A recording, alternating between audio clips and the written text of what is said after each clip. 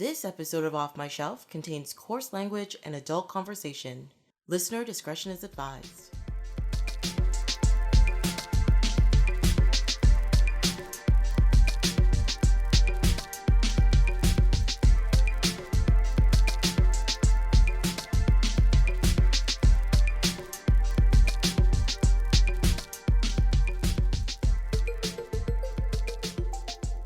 Hello, my name is Tracy James, and welcome to Off My Shelf, a podcast about movies that are, well, off my shelf, where we go through my DVDs and talk about the movies in my collection.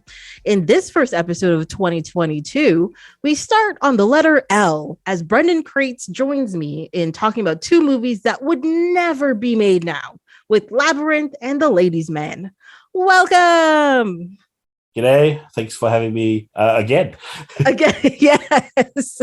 I mean, it took me a long time to get you on the first time, and now you're just a regular now. Yeah, I'm actually loving it. Like, it's a dream that I could have had my own movie podcast, but This is just like having a movie podcast, but I don't have to do any of the work. I just rock up on the day and talk about movies. It's pretty much perfect. It's pretty great, right? Yeah. Just pour Except salt for maybe in the some of the wound. movies I'm asked to watch, but we'll talk about that later.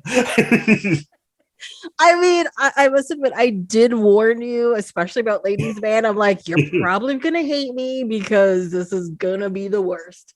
And to be honest, I remembered very little about the movie except for a little bit about the character, and I was just like, oh my god, this is just it's gonna kill me. I watched it the night before last, and I'm struggling to remember a lot about the movie. So it'll be interesting to see once we start talking how it goes. I finished watching this about 3 hours ago. And also I'm in the same situation as you are. So there you go. I wish I wrote more notes. I don't think it's a you problem. I think it's just the movie, to be honest. Just kind of washed over me. And then I was like, that was a thing, and then went on with my day. Yeah. It's a thing that happened, and let's forget it immediately. Like, I know this episode's coming late because my whole life is up in the air right now. And I'm actually recording at a friend's place who's super nice to be letting me use her stuff. And so I'm very happy to be getting back to something fun that I like to do. And get the year going a little bit better, I hope. Yeah. Well, you know what? Ignore me. How was your Christmas and New Year's? It was very relaxed, and we didn't do very much. We hung out with my family on Christmas Day, and it's almost a tradition at this point. My parents leave in like the afternoon of Christmas and then go somewhere else because it's really cheap to fly, I guess, or go on the ferry at Christmas. Okay. So so I think they would, because I don't know if I mentioned it, but I live in Tasmania, so we're an island off of Australia. So you can also catch a ferry to get back to the mainland overnight. And so I think that's what my parents did. And it's really cheap on Christmas Day because nobody wants to travel on Christmas Day. Mm-hmm. But we finish all of our Christmas stuff by lunchtime. So they always go after lunch and go off. And my brother, he's a police officer, so he had to work in the afternoon anyway. So they all kind of left. And then we just stayed at my parents' house for like an extra couple of days, me and my wife and my son, because they live near the beach. So we kind of figured we'd make the most of it. That's right. I mean, I know it sounds weird, but it's summer in Australia for Christmas, so going to the beach just makes sense.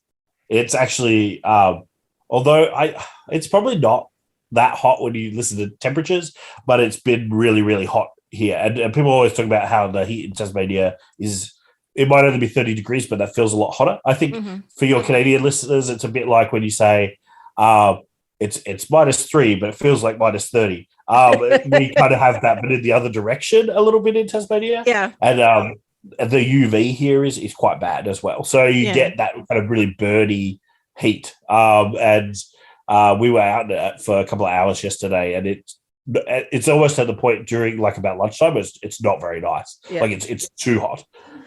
That's kind of how, so Toronto doesn't get like a dry heat. It gets like a very humid, you can see liquid coming out of the sidewalk kind of hot. Yeah. And it's true. Like, I mean, I'm from Trinidad, an island country, and the regular temperature is 35 degrees. And when I'm down there, I'm like, it's fine. What are you talking about?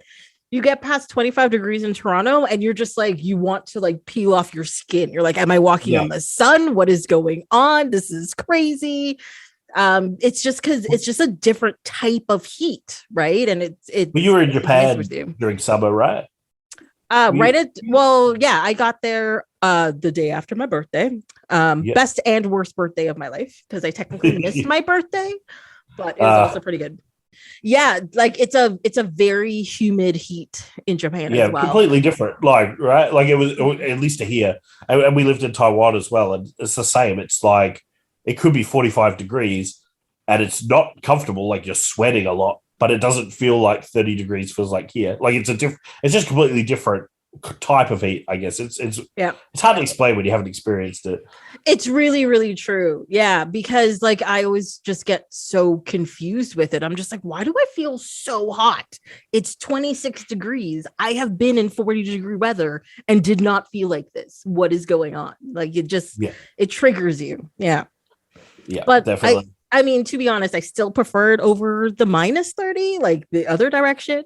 Yeah. So, because right now we just had a crazy snowstorm. We got like 2 feet of snow in a day, like blanketing everything. And so it's taken a little bit to dig out of. Then it warmed up one day a little bit, and now it's gone into like a deep freeze. So it's like around between minus 15 and minus 20 in there. But then you have the wind chill. So it's regularly like, it feels more like minus 30 or minus 35. And you're just like, no, this is not. It's crazy how quickly that happens. Because I remember the last time I was there, which obviously with COVID was a while ago, but we were there over Christmas and we were a bit disappointed because it was not snowing. Like it was unseasonably kind of warm. It was quite pleasant and nice. But the day that we went to fly back to Australia, it just snowed like so much. And I went with my brother-in-law to see, this will date when I was there. We went and saw The Force Awakens. And we went and saw Force Awakens. And it was starting to snow when we went in. And when we came out, like it looked like a Christmas card. It was crazy how quickly the snow kind of built up. Because we have snow here, but it doesn't build up like that. Like if it takes time to, I guess, build up. Yeah, it's really strange because people were just like, oh, Christmas is cold and that's when the snow is and blah, blah, blah. But I'm like, no, it's actually usually like end of January, February is like the cold and the snow really comes in. Yeah. And that's when people miss it because people like yourself or people who come from other countries, they show up for Christmas and it's like Christmas here. I think it snowed on Boxing Day a little bit. Like, that kind of like, you go outside and you twirl in it kind of flurries coming down, all twinkly looking. I think that happened on Boxing Day, but on Christmas Day, it was like a balmy 2 degrees and it was just barren outside. Like it was really boring. I think I've been for 3 Christmases now in Canada and 2 of them were white. So I think I'm actually batting probably above odds. So I'm pretty happy with that. So I just got new information. Apparently my memory is wrong because my friend Erica, whose house I'm at right now, she was just like, you're crazy. It snowed on Christmas. What are you talking about? I'm like, okay, I'm obviously remembering something completely different. It's so commonplace now that you just don't care. I mean, to be honest, what happened? Like 3 days before Christmas, I went to my mom's place. I put on pajamas and then I ate food. That was it. And then on New Year's Day, I left and started moving into a new apartment. That was it. That was my, and it wasn't snowing either of those days. So that's what I got. I don't know. Yeah, I get the feeling, the impression from your Instagram stories of your new apartment that it either snowed or maybe rained a lot. Okay, so for the listeners, as I mentioned, I moved on January 1st to a new apartment, which is something I'd wanted to do for a while. I'd lived in my other apartment for 11 years, and I've been kind of wanting to get out of there for about 2 or 3 years now. It has a few reasons, but I'm not going to get into that. And so a week and a half into my new place, something fun happened. I was awoken at 3:00 in the morning by dripping, and then which essentially turned into a flood of water filling my apartment, which turned out 4 stories above me, a water main broke and filled this guy's apartment, and it just came downwards because I'm below him. So yeah, no, was not a good time. I've been kicked out of the apartment and relocated for the next little while, and then have to go back. So I would have moved about 3 times in about 2 months. So I'm not looking forward to any of this. So you're not even on like the bottom floor. It was from a higher floor, and it just came down. Yeah. Oh wow, that's unlucky, right? Like, yeah. I was very lucky because I hadn't unpacked anything yet. Nothing much, that is. The day before I had set up my computer. I hadn't pulled out my microphones yet, but I had my 2 monitors out. I have 3 laptops, set them up, figured out, got all the plugs in, made everything work and look good. And I was very lucky because the spot I originally put it in was exactly where all the water was coming through at first, but I put it on the other side instead. So at least none of my technology is broken. But I don't know where my microphones are now. They're in a box deep somewhere when I pushed everything into a corner. So yeah, that was part of the delay for getting this episode out.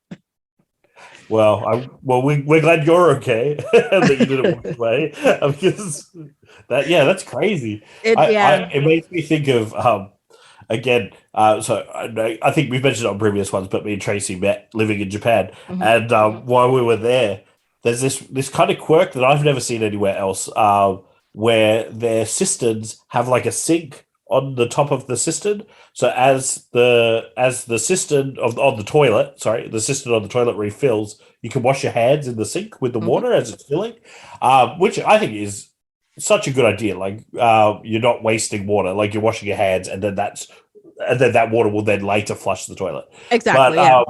But one of my housemates rested, I think it was like a magazine or something, on top of the cistern, and left it there. So it blocked the hole that the tap runs down into. So what it ended up doing is flooding our entire toilet. And the way that we found out that it was happening is we were all sitting in the lounge room watching a movie, and water started creeping from down the hallway. And so we quickly ran and cleaned it up. And we thought, phew, that could have gone really bad. Like, glad we caught that when we did.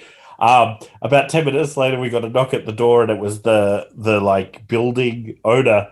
And what had happened is all the water had leaked through, and it was coming out of the ladies' downstairs lights fittings. Oh, so my all God. of this water was pouring out, and we didn't speak a lot of Japanese. It was a very, very awkward conversation to have. And by the time he came up, we cleaned it up. So he was also a bit confused about where the water was coming from. Yeah. And very uncomfortable. I don't think our downstairs neighbor was our biggest fan after that. they're like, you guys are the worst. These young people up there just making a mess. Yeah, definitely. Yeah, we weren't doing a lot for the image of the foreigner coming and living in your building, being like a good dude. Yeah. I actually have a toilet story myself that has to do with water. It wasn't that bad, but also in Japan. So, a lot of people have seen those videos with like the Japanese toilets that have like the bidet setting, and it plays music and all this kind of weird stuff. And at the time when we went, this was a while ago, so social media wasn't a big thing. I didn't know about these toilets at the time. And when we got there, I saw like the buttons on the side of it, but it's all, written in like Japanese writing, and I can't read it and stuff. And I'm sitting there, not sitting there, I was standing in front of it, looking at it going, I don't know how to use this toilet. Maybe I'll press a button and see if it flushes or whatever. And it was one of those scenes right out of like a sitcom where something weird happens and you as the audience are just like, you just do this, stupid. Why aren't you doing that? And it happened to me. I pressed a button and like the bidet thing came out. So it's a big stream of water that just flows out of the toilet onto me, onto the thing.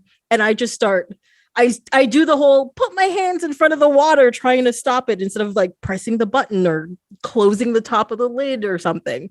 Took me like 5 minutes. Water was all over the ground. Of course, I had to clean it and everything. And I felt like such a moron. The exact same thing happened to me the first time I used a toilet in our apartment in Japan. And I think the thing that it's hard to imagine is if you're not sitting on the toilet, the bidet sprays that water very, very high.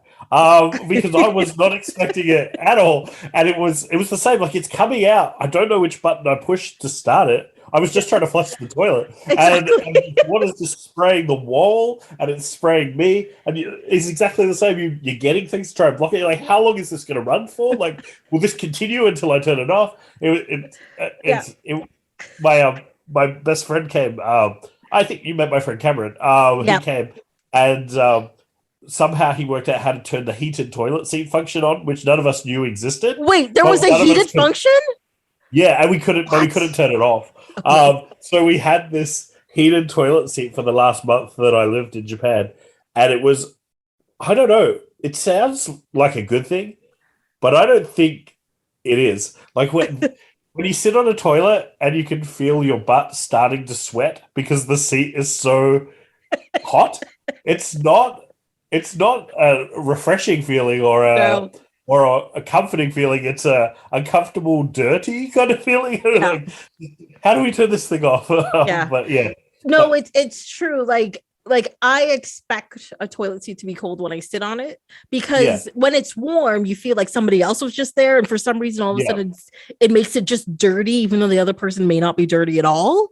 You know, it's like going into like a public bathroom and like walking into a stall and it's warm, and you're just like, oh no, somebody did something wrong. That, so it was a heat of like a warm bath. It was like sitting on a warm bath, and it was. No, that does not sound pleasant. It's not nice. It was really unpleasant. Oh, I love that we got to toilets. It's great. Given one of the movies we'll talk about again, probably not as low as we're going to go with the humor and the. Oh my god, we have so many stories from Japan, but we'll keep some of those for the next later episodes. Yeah. You know, we got to have the people coming back for more of these. So, you know, the hilarity and all that kind of stuff. We could probably have a podcast on just that. Oh my god, yes. Yeah, I'd probably just like get triggered and like remember certain things, like, oh my god, the grape farm. Oh, what about that time I saw the square watermelons that were like $300 each? You're like, what? You know. I don't know why I went fruit memories, but that's what happened. I know. I'm excited to hear this grape farm story in a future episode. So, next time I'm on, the first thing I'm asking you about is grape farms. Done. Yeah. Okay. So remember, listeners, grape farms next time Brendan is on. So keep an ear out for that. I guess we could talk about the movies now. I don't know. Yeah, is that what you do on this podcast? I think so. Sometimes we talk about movies. I'm keen. You're keen for that. Okay. So do you want to start with Labyrinth or do you want to start with Ladies Man? Depending on how much you have to say about either of these movies. I don't know. I feel like Labyrinth is going to be the more in-depth conversation. Okay. And Ladies Man is going to be, it could be interesting, I think, but I don't know where it's going to go. Okay. All right. So I think we should start Ladies Man first because we don't have to like, we don't have to like need to talk about it. Yeah. Yeah, we do. And I don't want to be like, no, we have to stop talking about Labyrinth. We have to talk about Ladies Man. So let's just get it out of the way. Get all of that out and then we'll have all of our brain cells left for Labyrinth. I don't know, man. I watched this movie. Those brain cells are dead. Okay. Over. Well, that's bad. Yeah. I think our audience has pretty much figured out what we think of the movie, but let's talk about it slightly more. Yeah. So I had never heard of this movie before you said it to me. I think it's a thing as well. So I've heard of Saturday Night Live, but Saturday Night Live has never really been a thing here in Australia. Oh, okay. So like, it's a thing that I've always been aware of, but I don't think it's ever, at least to my knowledge, it's never really been on TV here. So we, like, I think a bit more recently, some of like the best of turned up on Netflix, and you can see odd things on YouTube in like more recent decades. But overall, Saturday Night Live isn't a thing that I'm that familiar with. So, and I feel like this is one of those Saturday Night Live movies that was based on, I'm guessing, a sketch that was pretty popular. It was, yeah. Banded it, and that's but yeah, I don't even know if this movie came out here. Like, to be honest, I've never heard anyone talk about it. I mean, it did come out in 2000, so Yeah. you would have been pretty young when it came out. That's a good point. Yeah. And like, so like Ladies Man was probably like the third or fourth movie, because I think it became popular to make SNL skits because of the popularity of Wayne's World. Yeah, and Wayne's World was a World, hit here, like for sure. Like, yeah, I've heard of Wayne's World, but I didn't necessarily know the sketch before. Like, probably in Australia, I think most people's first knowledge of Wayne's World is the movie. yeah, and there's nothing wrong, because they're actually really good movies. Like, they're funny, they're well done, they're actually surprisingly well scripted, and they've aged surprisingly well. So those are fine. But then you have things like this that came out after. It's just this. It's Pat, Night at the Roxbury. So I know the one I always think of is Coneheads. That was a Saturday Night Live movie, right? Yes. But I think Coneheads did come out before Wayne's World, I think. Yeah, that was earlier. Yeah. So, but that's another one where I think it came out here, and it was relatively big because it was a fairly high budget movie for what it was. But it came out here with like no context whatsoever. Yeah. And it was just like such a strange release. The main thing I remember about Coneheads is getting one of the action figures on clearance at like a dollar store. Wait, what? Yeah. I'm legitimately jealous of that, because I think I would want that. That sounds I don't have it anymore, unfortunately. Oh, no. I'm sure you can probably pick them up pretty cheap. I don't think that they were jumping off the shelves or anything. Yeah. Well, I mean, Coneheads for me was what came out when I was very young as well. And I didn't know about the SNL sketch when I saw the movie. I just thought it was like a weird movie about aliens on Earth. That was it.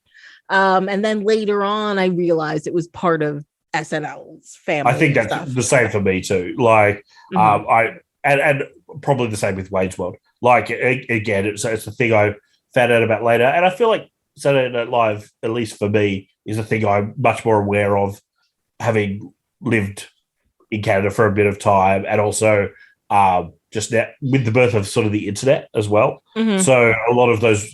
We obviously didn't get all of it, but those sort of popular sketches would turn up on the internet in different forms. Like, try to think of a recent one, like the Pumpkins guy, like the Tom Hanks Pumpkins. Like, I've never seen that episode, but I've seen all of those sketches with him. I know. Actually, one of my favorite ones, even though nobody really likes Alec Baldwin right now, but one of my favorite ones is like the Radio Ladies with they had a guy on to talk about sweaty balls. And that one just makes me laugh every single time, because it's supposed to be like, it's like, like easy listening radio. They're like, hi, we're here with Mr. blah, blah, blah to talk about, this delicacy that he's created. They're called sweaty balls. They're like, yeah, they're, they have nuts and, they're chocolate and stuff. These are delicious sweaty balls. Yeah. And it's so ridiculous. And there's nothing actually offensive about what they're saying. It's just like your own dirty mind making it really funny. And so what I imagine is shot. with Ladies Man, it was a sketch a bit like Sweaty Balls. And they were like, let's turn Sweaty Balls into a whole movie. Because it sounds like it would be a very funny sort of 5-minute sketch. Yeah. Maybe an hour and a half could be a bit much. Yeah. And it's true. Like so I actually went back and looked at some of the old sketches, and the old sketches are essentially him in like a radio booth. But it's not a radio booth. It's more like, access, like public access. Yeah. And he's just answering some questions and giving out like some details. So anytime he's in the radio booth in the movie, that's essentially what the skits are. Yeah. And that's kind of where he starts the movie, right? And then, so it's kind of like, I'm guessing the sketches have led him up to this point, and then now, like all of these kinds of movies where you take a character that's known for kind of one thing, and then they're all about throwing them into some kind of like crazy environment. It reminded me of do you guys know Ali G? Yeah, was Ali G, I think. Yeah, so like Ali G was very much like known for these kind of comedy sketch things, and later obviously Borat, it was the big thing that came from Ali G. But Ali G, the character, was his own sort of thing, and then they did the Ali G movie, which was all about like all of a sudden he's going on all these adventures and like it wasn't just interviews, it was this scripted thing with spies, and they always add like all of these elements because I guess the characters themselves don't really have.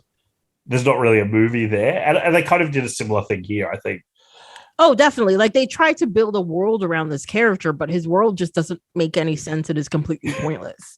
And you're just like, why am I putting up with this? Who is this person? What is happening? But then it's also one of those movies where every other person is like, oh my God, Billy D. Williams is here. Oh my God, it's Hillary from Fresh Prince of Bel-Air. Oh my God, it's Will Ferrell and when Julianne Moore showed up, I was like, what the hell? Yeah, like, we were very much the same. Should we? We probably haven't really set the scene because I'm guessing there might be other people like me that have never seen this movie. Okay, how would you describe who the ladies' man is? Okay, so as we've mentioned so far, Ladies Man is a SNL skit, Saturday Night Live skit. And he is a character created by Tim Meadows. And he is he's a guy who's stuck in the 70s, got like a big fro, and he wears like leisure suits and, or cool tight pants and all that kind of stuff. And he gives technically sex advice and, he gets, advice. And he gets it on the ladies for some reason. This was the part that me and my wife were talking about a lot, was that he doesn't really have a lot of redeeming qualities as a character, but for some reason, ladies just love him. Like, and he doesn't need to do very much. No, he doesn't. To love him. And there's this kind of joke that he's really well endowed, but he doesn't need to fall back on that. Like, he's hooking up with people well before they know that about him. The first woman on screen that he quote unquote hooks up with, he literally walks up to her and is like, hi. And she's like, hi, I'm going to take you home now and we're going to get it on. And he's like, oh, okay. So, all right. I wanted to hear him ask her if she wanted a fish sandwich. Like, I was going to say, it's only marginally better than his pickup line of, hey, do you want to go get a fish sandwich? There's a part of me that would really like to see if that has ever worked. At any point. Exactly. It was things like that. I'm just like, no, I want to see him actually use a pickup line to pick up somebody and see how it works. But that never actually happens within the movie, except for the one woman who's been around him for a very long period of time. And they're just friends. And then at the end, he's like, I figured out I love her. But at the same time, you're just like, why would she love him? He's horrible. Like, it just doesn't, go together. And why is it a new thing? Like, he hasn't done anything different to change from, because at the beginning, she's like, nope, I'm definitely not going to hook up with you. Like, there's a scene where it seems like they're setting up, hey, this producer and him are going to hook up for like the first time. And then she's like, no, I would never do that. And then nothing changes, but then something changes for them. Somehow. Yeah, because nothing really much happens in this movie. No. Like, there isn't really an obvious plot. So I think the big thing is he loses his job after getting too many complaints at the radio station. The final one pushing over is when he tells everyone that he kind of recites a romantic poem which ends with and then do her in the butt or something along those lines. And he loses his job, and I guess the movie is about him trying to find a new job. Well, them trying to find a new job, but also not really about that at all. Exactly. The funny thing is, like, that poem was the most like PG poem ever. Like, I don't understand why that would get kicked out of the air. And all the people that they showed reactions to in real life, all those people would just start laughing. They wouldn't be disgusted. They wouldn't be like, oh my God, what is wrong with this guy? They'd be like, that's hilarious. Keep this man on air. That's exactly what would happen. It felt like it was the bit Anchorman where he tells everyone to go fuck themselves. Like, he's like, go fuck yourself, Chicago. It felt like it was supposed to be that, but it wasn't as bad as that. Like, it wasn't anywhere close to that. Yeah. And he was saying all that stuff already. Like, so if you're listening to a show, surely you know what he's about.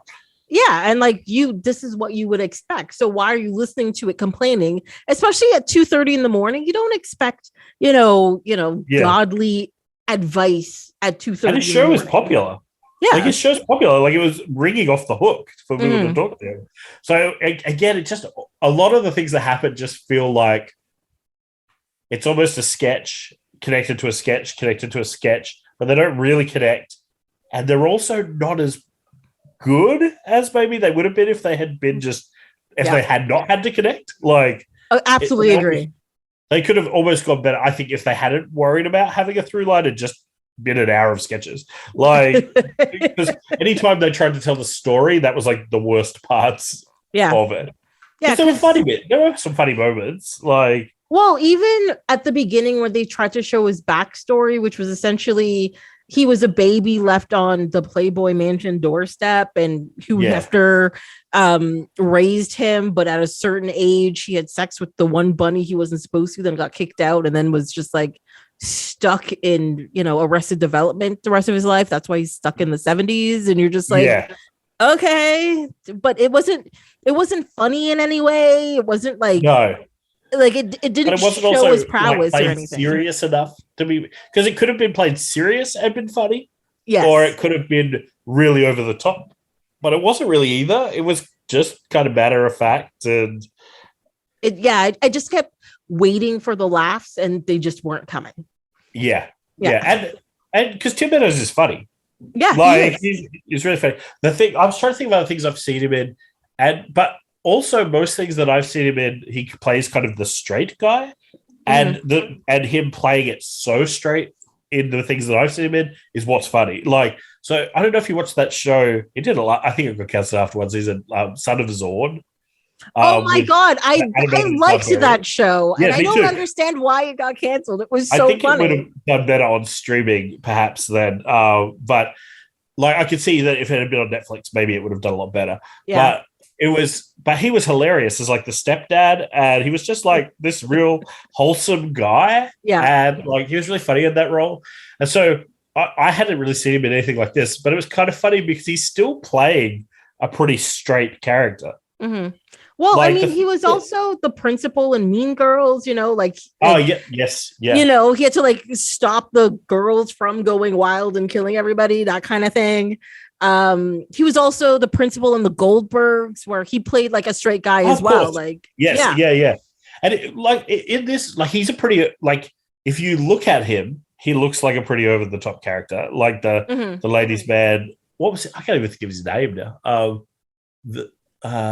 It's what, Leon? Leon, yeah. So Leon is like, he looks like, because he's from another decade, and he's in this kind of early 2000s place. But he plays it pretty straight even then. Like, he's not a very over the top character. No. For the most part, he's pretty mild. The main thing that I have been saying ever since I saw it is, "Oh, that's nice." Where he says that a lot, where someone will tell him something, and you can tell that was my favorite move that he kind of pulled, is that someone tell him something that was quite outrageous, and he wouldn't know what to say, so he'd just say "that's nice," and then talk about some completely outrageous thing that he did another time. And like, I think those were the best moments when he was kind of those conversations, because like I say, he could be quite funny at times. It's just the things going on around him weren't particularly funny.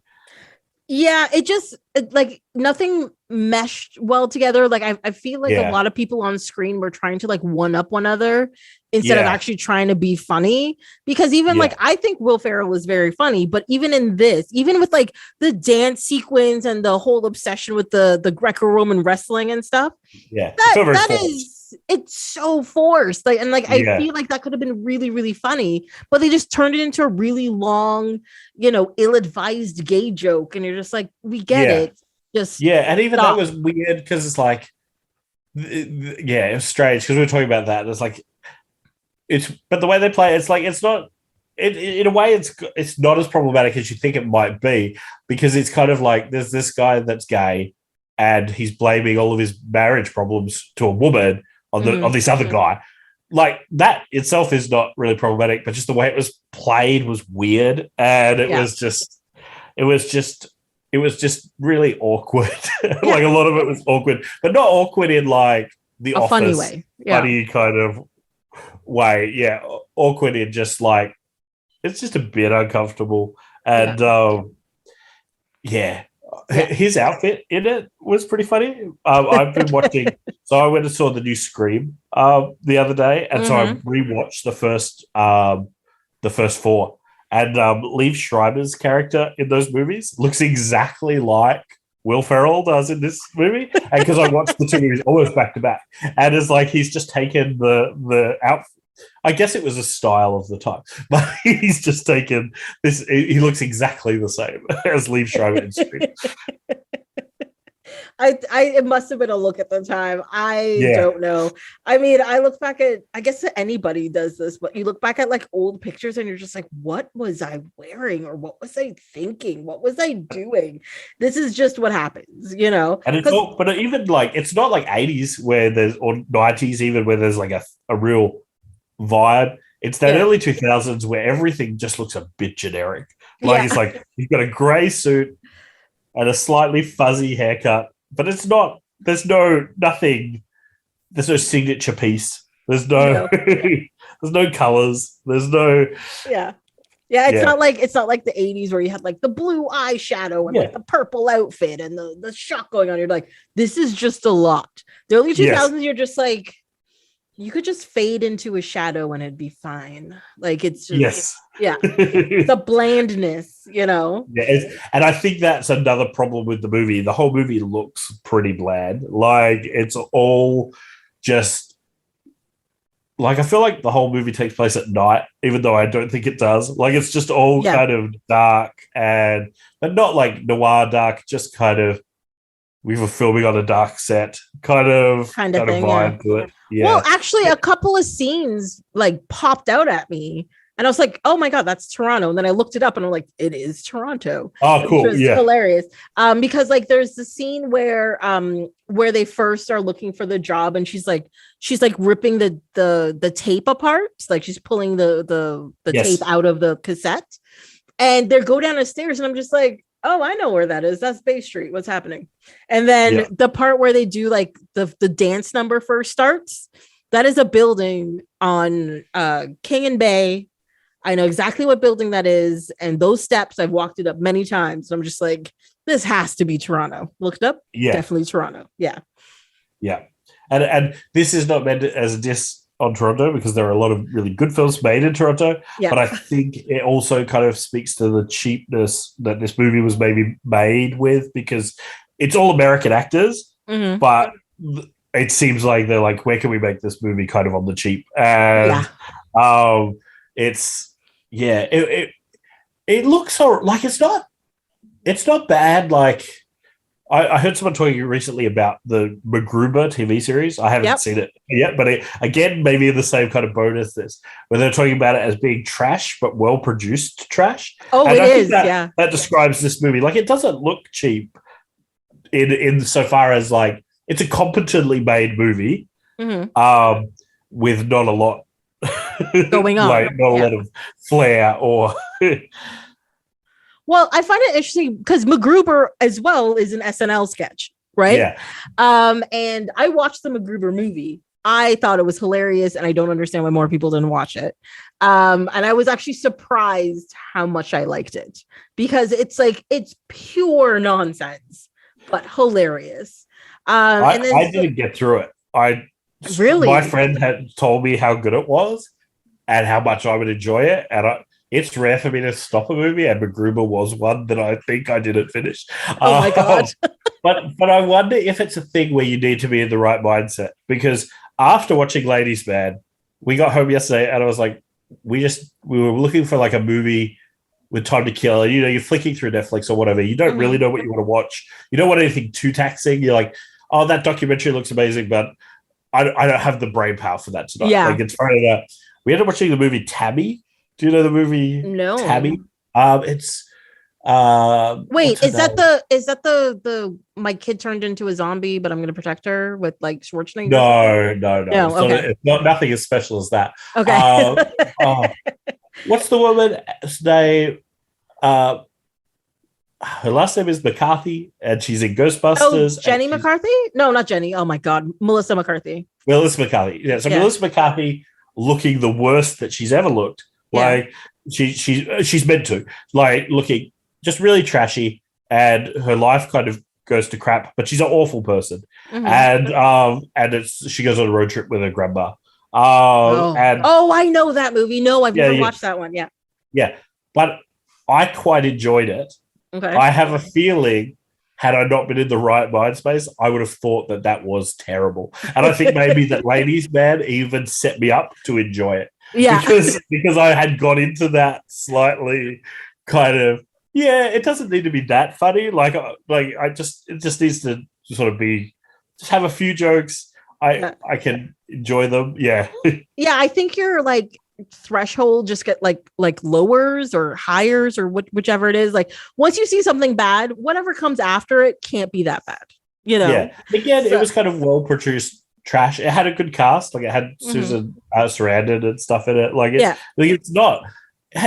It's actually in some ways the difference between I think Tabby and Ladies Man is it had an arc, and at the end of the movie, even though it was a little bit unbelievable, and even though it was a little bit schmaltzy, it had something that happened. Whereas the arc in Ladies Man that he finds true love, to me, I didn't buy it at all. No, you don't buy it at all. And then the ending of it where he's like, oh, and then, he became super famous and there's posters everywhere and blah, blah, blah. Now he's got a kid. And you're just like, wait, does it happen this like 20 minutes? What are you talking about? And literally nothing changed. Like nothing about him ever changed. No. Like he's the same character from the beginning of the movie to the end. There's a scene about midway through where he does seem to be kind of a bit more aware of again, I can't remember any character's names, so we're going to call her Hillary from Fresh Prince. Yes. So when he's becoming a bit more aware of Hillary from Fresh Prince's kind of feelings, and that's when she starts to maybe have some feelings. We see, she's maybe actually does have some feelings for him, and then he blows her off to go find this rich lady that he thinks is going to be the solve all of his problems, and it doesn't change. Like he's still that, but for some reason she's willing to take that at the end. Like, because in that part, she punches him, she gets really drunk, and then finds out he's gonna get killed, and she's like, well, you can't let him get killed, but shows up and she's like, oh, I forgive you, and you're just like, I know he just said I couldn't have sex with this other woman because I feel like I have feelings for this other person, but at the same time, that's not a romantic gesture in any way. That's not no. The absolute minimum of what a human being should do is not a reason to like be praised. But even the movie too has some like pretty disturbing scenes, like the part where Lee Evans, the guy who finds like this group, him, the comedian. We haven't even talked about this at all. And there's this like really disturbing scene where he's in this dilapidated apartment, literally ripping the wallpaper off. He's got a noose around his neck. He's ready to kill himself because of what this man did. And at the end, he's just like, you know what? You're right. Everything's my fault. I'm not saying it's not his fault, but at the same time, I'm just like, maybe you have more issues than satisfying your wife. Exactly. And that character felt like he was from a different movie. Like the way he was played, and like he was so slapsticky, and that wasn't really a thing anywhere else. Like it was. So I guess we should probably mention, because I feel like if you've not seen this movie and you're listening to this podcast, it's a fever dream is what this movie actually is. Oh my God, yes. Group that is made up of men that have all lost their wives to Leon, the ladies' man, when he slept with them while they were still married. And so this guy, he comes home while they're sleeping together. His wife doesn't stop sleeping with Leon. He's just kind of locked outside and trying to get in. Yeah. And she's like, just chatting with him about some inane thing while still hooking up with Leon. And then eventually he gets in and he sees Leon running away, and he's got a smiley face on his butt that says, have a nice day. Yeah. And that's, I guess, how they all these men all find each other. And so one other thing that's going on in this weird movie with a million non-stories is all of these guys coming together to try and to track down Leon so that they can murder him and cut off his balls. And again, sometimes it's funny, sometimes it's a bit dark, but it's not obvious where the line is, like at times either. Yeah, like most of everything that happened with that group just made me feel really sad compared to, like, this is really funny. Like there's that one guy when they're like in the group meeting and he's like, well, my wife slept with him on this date. Oh, and then he's up on this date and this date and this date. And I'm like, but you stayed married to her. She keeps cheating on you. Exactly. Maybe there's an obvious bigger problem there. Like you don't have to wait till the end for you to realize and they kind of try problem. like their big message, and I think the message is actually not bad, is that you shouldn't kind of blame the problems of your relationship on other people. You need to look at what you could be doing to make your relationship better. Yeah. Except that Leon isn't doing anything to make relationships better himself. He's just literally just this guy bouncing around sleeping with women. So it's not like he's not the person to teach them that. And no, definitely not. That could be funny if he'd learned a lesson, but he hasn't. Like he's at the end of the movie, I don't know. I don't get a feeling that he's really changed that much. Oh, me neither. I like, despite the fact that he's married now and apparently has a child, I don't know, and is a famous radio host. I bet you on the weekend he goes out and nails other people. I wouldn't be surprised at all. Yeah, that's the impression that I got. And I mean, there's something to be said for having a character that is just who they are. Like, I don't think that's necessarily a problem. It's just that then if you're going to expect us to believe that other people see them in a certain way, you need to show us that. And I don't think we ever see that. Like, everyone wants to hook up with him, but there's no clear reason as to why. He's just this weird man that tells odd stories about his past or kind of cringy jokes. He looks really strange. But for some reason, women just love him. But men love him. Like, men that he isn't sleeping with their wives seem to love him as well. Like, so the bartender and stuff love him. And I can see that you like him as sort of like the mascot of the bar. Like, I can imagine that you like him in that way. But to actually think he's I don't know. I think that's as far as his personality gets him. Like, he could be a likable guy that you see at the bar. Yeah, like he's the kind of person who's fun at parties, but he's not your friend, Yeah, he's nice, but he's not a good friend. I think that's a key thing. He doesn't really do anything. Well, he does one thing, I guess, that I think is exactly meant to show that he is a good friend. Mm-hmm. And that's when Hillary from Fresh Prince's ex-husband turns up for one scene. It kind of everything we know about him is that their relationship hasn't worked out, but that was all off camera. That was all before the movie starts. Yeah. We kind of get the impression that he's going to be. I got the impression he's going to be a bigger part of the movie, but he never returns after the one scene that he is in. And that scene is he comes in and he's like, "Oh, I'll give you a go as a radio producer," and then Leon's kind of rude to him, and then he's like, "Nah, I'm not going to do that," and then they get into what seems like they're going to fight, but then Leon tricks him into having a food eating, like a pickled food eating contest. Is that how you describe it? But I think it was to show that he was like, he's not a poser, like he's a black man from the streets, right? Yeah, because he's from the street, like he shows up in like a suit, like he's like middle class or upper middle class, and and they were pretty much goading him, saying like, you don't understand, you're not from the streets, you're not nothing. And he's like, I'm from the streets, what are you talking about? And apparently eating these pickled foods will prove that he's from the streets. Yeah, and as a white Australian man, I think some of that nuance is probably lost on me. But yeah, I got that. That's what it was. He wanted to prove that he was, for some reason, even though he saw himself as above all the people in the bar, he wanted to prove that he'd come from the same place as them, I guess. So I'm going to try my best to explain this, right? So like that scene actually brings up a lot of like social issues, like not just American, but like how Black culture interacts with each other. And there is, unfortunately, a quote unquote level of Blackness when it comes to certain things. And this brings it out.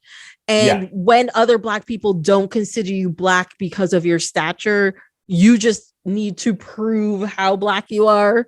And that's what he was trying to do, because he's like, he's trying to say essentially, no, I'm one of you. I've had the same struggles, because everybody's seen the news, right? And then like people like Jay-Z come out, like, I know exactly what, that guy on the street's talking about. I've been pulled over in my fancy car, and he's had songs like 99 Problems, like all that stuff is about this same issue.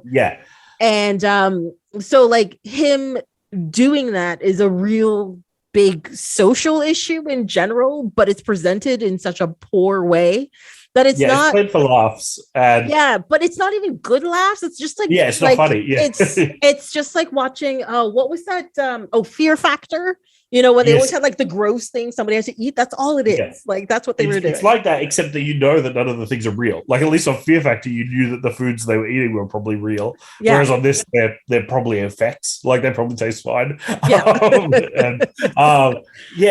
was weird, because I think it could have been like you said, kind of a bit more biting, a bit more of a commentary, but it didn't really feel like it.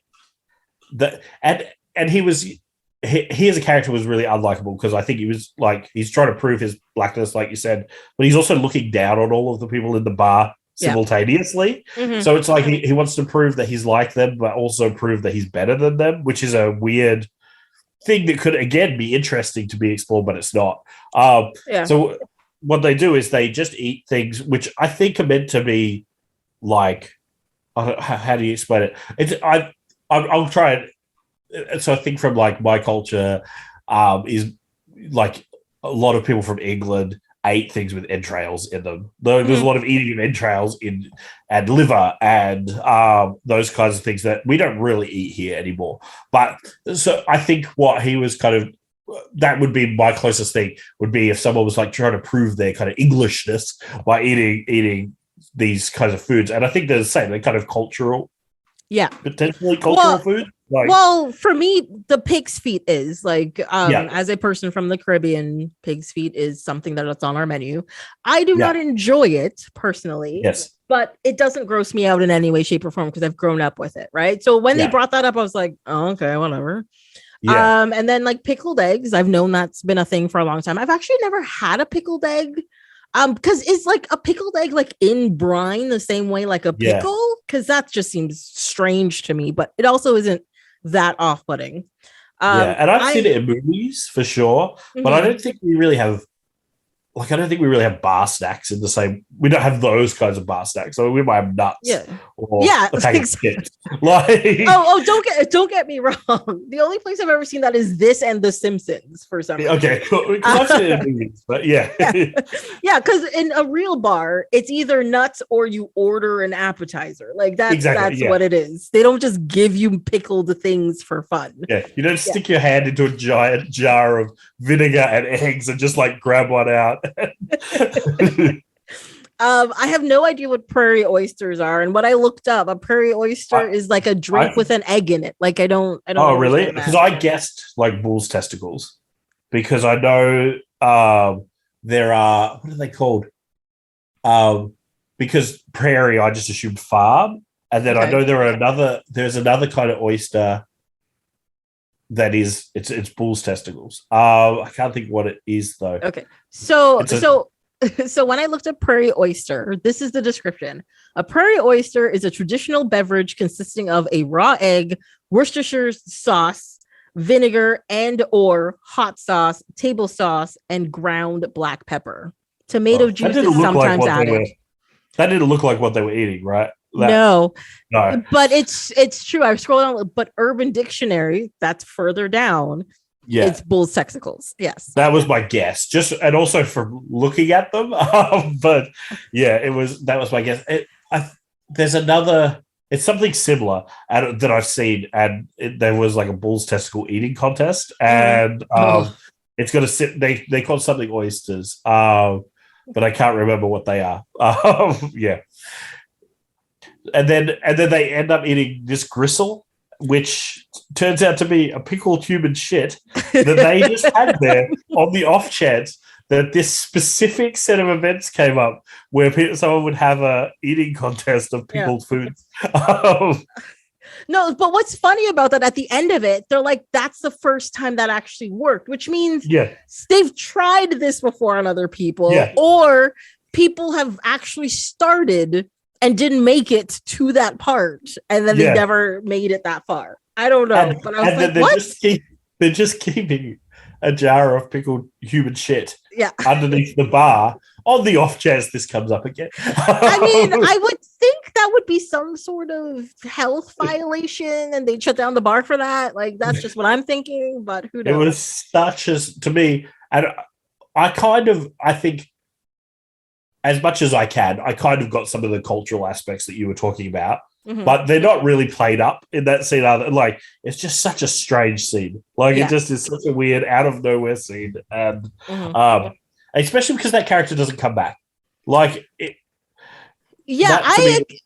actually did expect him to show up somehow and put like a wrench in their plans or something. Like, exactly. Like him to be the foil, like another kind of issue for Leon going forward. But really, it just resolved, and the fact that he was Hillary's partner, apart from the fact that he done something, I guess, nice for her, it didn't really matter. Like, that aspect of their relationship didn't really matter. No, because that's not the thing that won her over. So no, it was. Yeah. It made no sense, and it was just really gross. So, it was fun. And then, can we talk about that Julianne Moore scene? Because why was Julianne Moore in here? And B, why was that scene so weird? Because at that point in time, she would have been famous already, because she would have already done like Big Lebowski and Magnolia and stuff, like two of her like big things that like made her a name. Why would she do this? I don't know. So this is before, not that long before. But do you know the movie Evolution with David Duchovny and Sean William Scott? Like, so she's in that, and I remember when that came out, people could not believe that she was doing that movie. But this movie is way weirder of a thing for her to be doing. She must have just been doing it as a favor to someone, right? Like, I mean, maybe, but to be honest, looking at Julianne Moore's career, it is just all over the place. She does seem happy to have a laugh at herself. Like, she does definitely seem, and she seems to kind of know that she has this, like, slightly Hollywood royalty, and she's okay with poking fun at that and playing these other roles. So she's there, and she's someone that Leon's hooked up with in the past. She's again in one scene. Leon's hooked up with her in the past. She's in some sort of show that I kind of got the impression it was going to be a strip type thing. Yeah. And she goes behind one of those classic screens to get changed into an outfit, and then comes out in full clown makeup. Like, that bit was pretty funny. Like, I actually did think that bit was pretty funny. Yeah. And then she wants to have a quickie with Leon before she goes on stage, but she doesn't have time to take off the makeup. He's a bit uncomfortable with it, but in the end, they just both go through with it. Of course, yeah. You're just like, okay, I guess this is what we're doing now. And there's a honking nose sound as they're getting it on. But there's so much wrong and so confusing about all of it. You're just like, why are you doing this? Oh my God.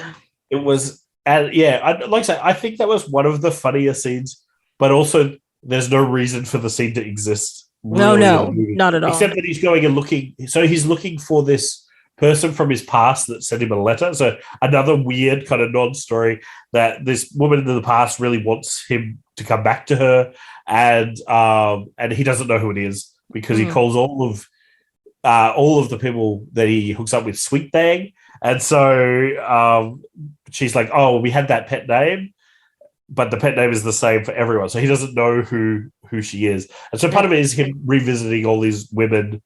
And for the most part, they're happy to see him.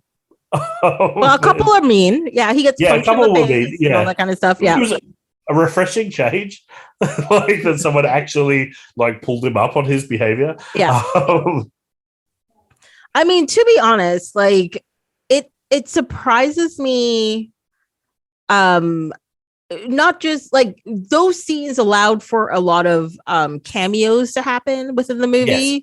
And so there's a lot of random faces, and you're like, oh, it's that guy. Oh, it's that chick. Oh, it's, like it's Kelly Kapowski. Like she shows up randomly at the end. You're just like, what is even happening right now? Like, but it's just very strange. Cameos either. They're more those sort of cameos where like, where do I recognize that person from somewhere? It's not like a, ooh, they got Janine to come back for the new Ghostbusters. It's not like that kind of cameo. Yeah. It's like, oh, I know that guy from that thing. Familiar. Yeah. And then you spend the whole scene trying to work it out. Well, because of course you have Karyn Parsons, who is Hillary from Fresh Prince. She shows up. You got Billy D. Williams. As soon as I heard his voice telling the backstory, it's just like, is that Billy D. Williams? It is Billy D. Williams. Yeah, I think I'd seen his name in the opening credits. So I was like, oh, wow, cool. Yeah. And there's John Witherspoon. Trust me, you know his face when you see it.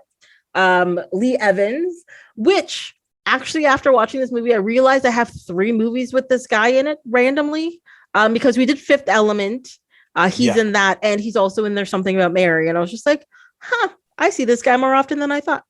Okay. Yeah, I've definitely seen him in things. He must have had a period of sort of relative fame, like where he was I don't think he ever really made it, but he was in like a lot of things for a period of time, because I definitely recognized him. Yeah, because I know how you said like his acting sort of seemed out of place in this, but his kind of like spastic behavior is his shtick.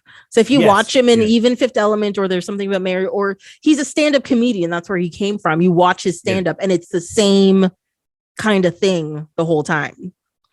But then they kind of play him relatively straight, which is weird. Like, it seems like they could have pushed that further.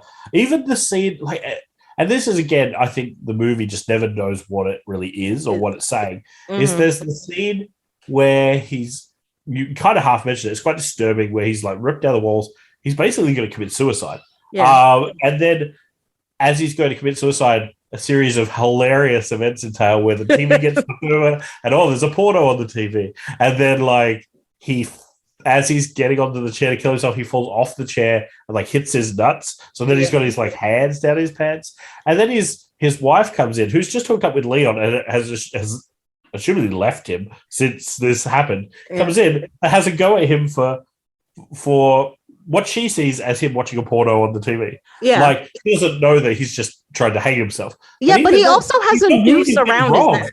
Yeah. Yeah, he does. Yeah, he's got the noose still around his neck. But he's not doing anything wrong. Like, if his wife had just left, he's still not doing anything near as bad as what she was doing. Like, and she comes back and has a go at him. Like, it's so weird. It's very weird. Yeah.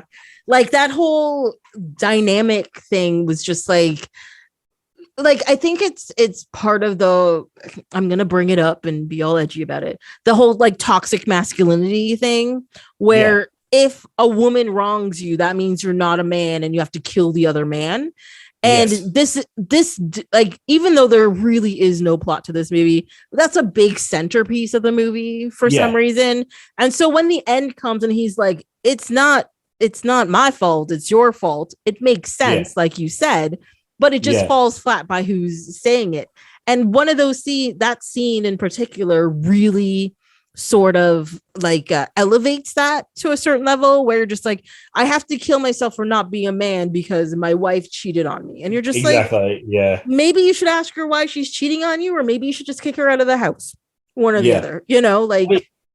And you're right. And it is kind of like the group that's coming to get him is really, I think, a commentary on that toxic masculinity. But then I think the thing that they haven't realized, maybe because it was 20 odd years ago, is that Leon's masculinity is kind of toxic too. It's just different. Like, he's not as over the top and aggressive as the other people are, but he's not a nice person. Like, he's not, he doesn't treat women well. Like, he doesn't, he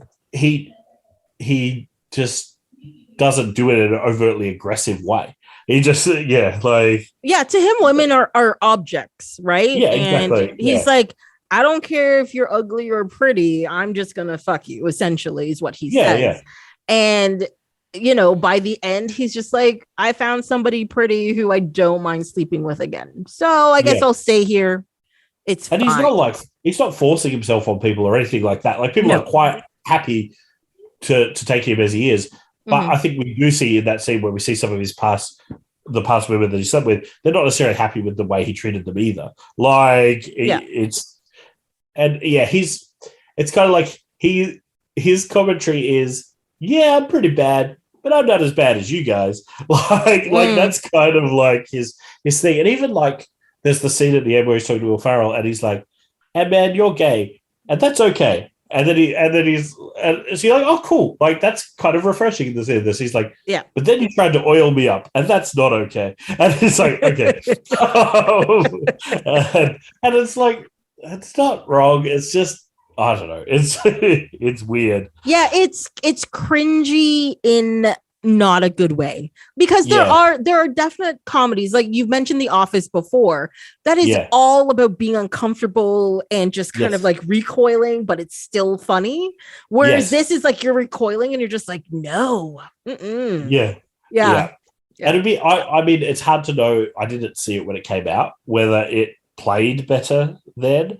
Like I said, I suspect it didn't even really come out here because it's I don't think there would have been a huge amount of appeal for the audience here necessarily. But and I don't know how well it did financially and things in the US and Canada and places like that. But yeah, it just I don't know. I'd be interested to see how it played when it came out. Let's see. Its budget was 24 million. Its gross US and Canada was 13.6. And gross worldwide was 13.7. So no, it did not do well. And I think what it especially says is it didn't do well outside of North America because those two numbers were almost the same. Exactly. So I don't think it did well anywhere else. And to be honest, like I went back and looked at some of the skits for Ladies Man, and they're not the greatest, but they were definitely funnier than the movie. And I can see why they were just like, maybe we could tap this, you know, because it was funny. I think we see that a bit. Like, I think Ali G is a prime example. I think the Ali G movie is funnier than this, but it's not as good as the TV show. Or like Aqua Teen Hunger Force, really funny TV show, really awful movie. Oh, I did not watch that movie. I would know because Aqua Teen Hunger Force is a hit and miss show for me. So it's like one in every like 6 episodes I thought was funny. So sitting through like an hour and a half of that, I was not down for it. Yeah, well, that's exactly the problem with it. As with the TV show, even if the episode wasn't that great, it only went for like 5 minutes. Yeah. Whereas that movie was long and it was a slog. Like it's another one where I don't remember if I actually finished it. Like it's pretty bad. And I think there's something to be said for some of these things maybe just staying as what they don't need to be a movie. Like they don't. I wonder.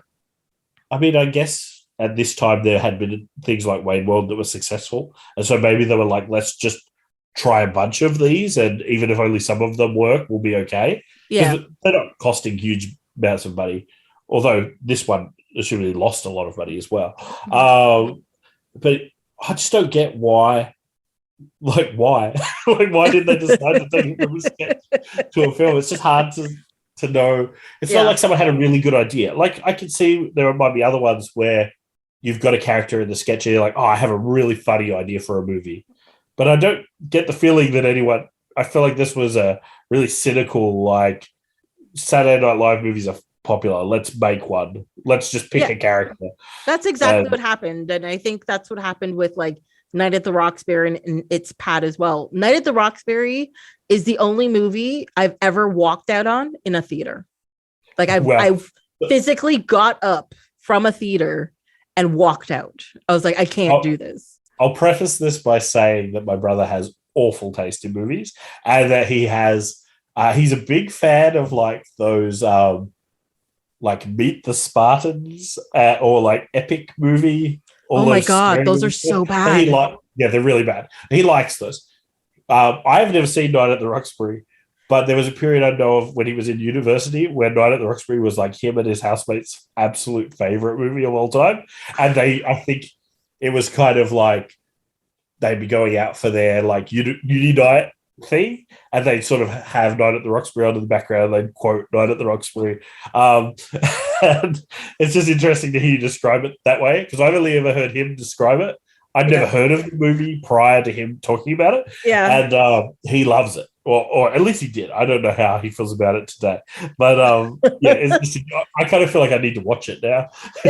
Oh, please don't. I don't want to encourage that. Like, that's just not, I don't think that's something you need in your life. Watch the 5-minute SNL sketch. Just go to YouTube. Night at the Roxbury must have had some success in Australia because it's on Netflix and things. So Ladies Man was not on Netflix. It was not on Stan, which is the other big streaming service in Australia. It wasn't on Amazon Prime. It wasn't on any of the streaming. Like, we've got quite a few. It wasn't on Disney Plus because Disney Plus here has adult. I'm not sure about Canada, but in Australia has adult content as well. Yeah, it does. Yeah. So it wasn't on any of those. I actually ended up having to pay to rent it. Oh, no, I'm so sorry. $5 to watch the HD version over the standard definition version. And because that was the only way I could find it. So I don't think it was a thing here at all. I apologize, because to be honest, I actually went looking for it as well online. It was supposed to be on Hoopla, which is the service that is connected to our public libraries. Okay, and so you have to have like a library card to log in, blah, blah, blah. And I went into Hoopla because there's this website that tells you where to find stuff. And it said it's streaming on Hoopla. And I went and looked, and it still wasn't on there. And I was just like, what is happening?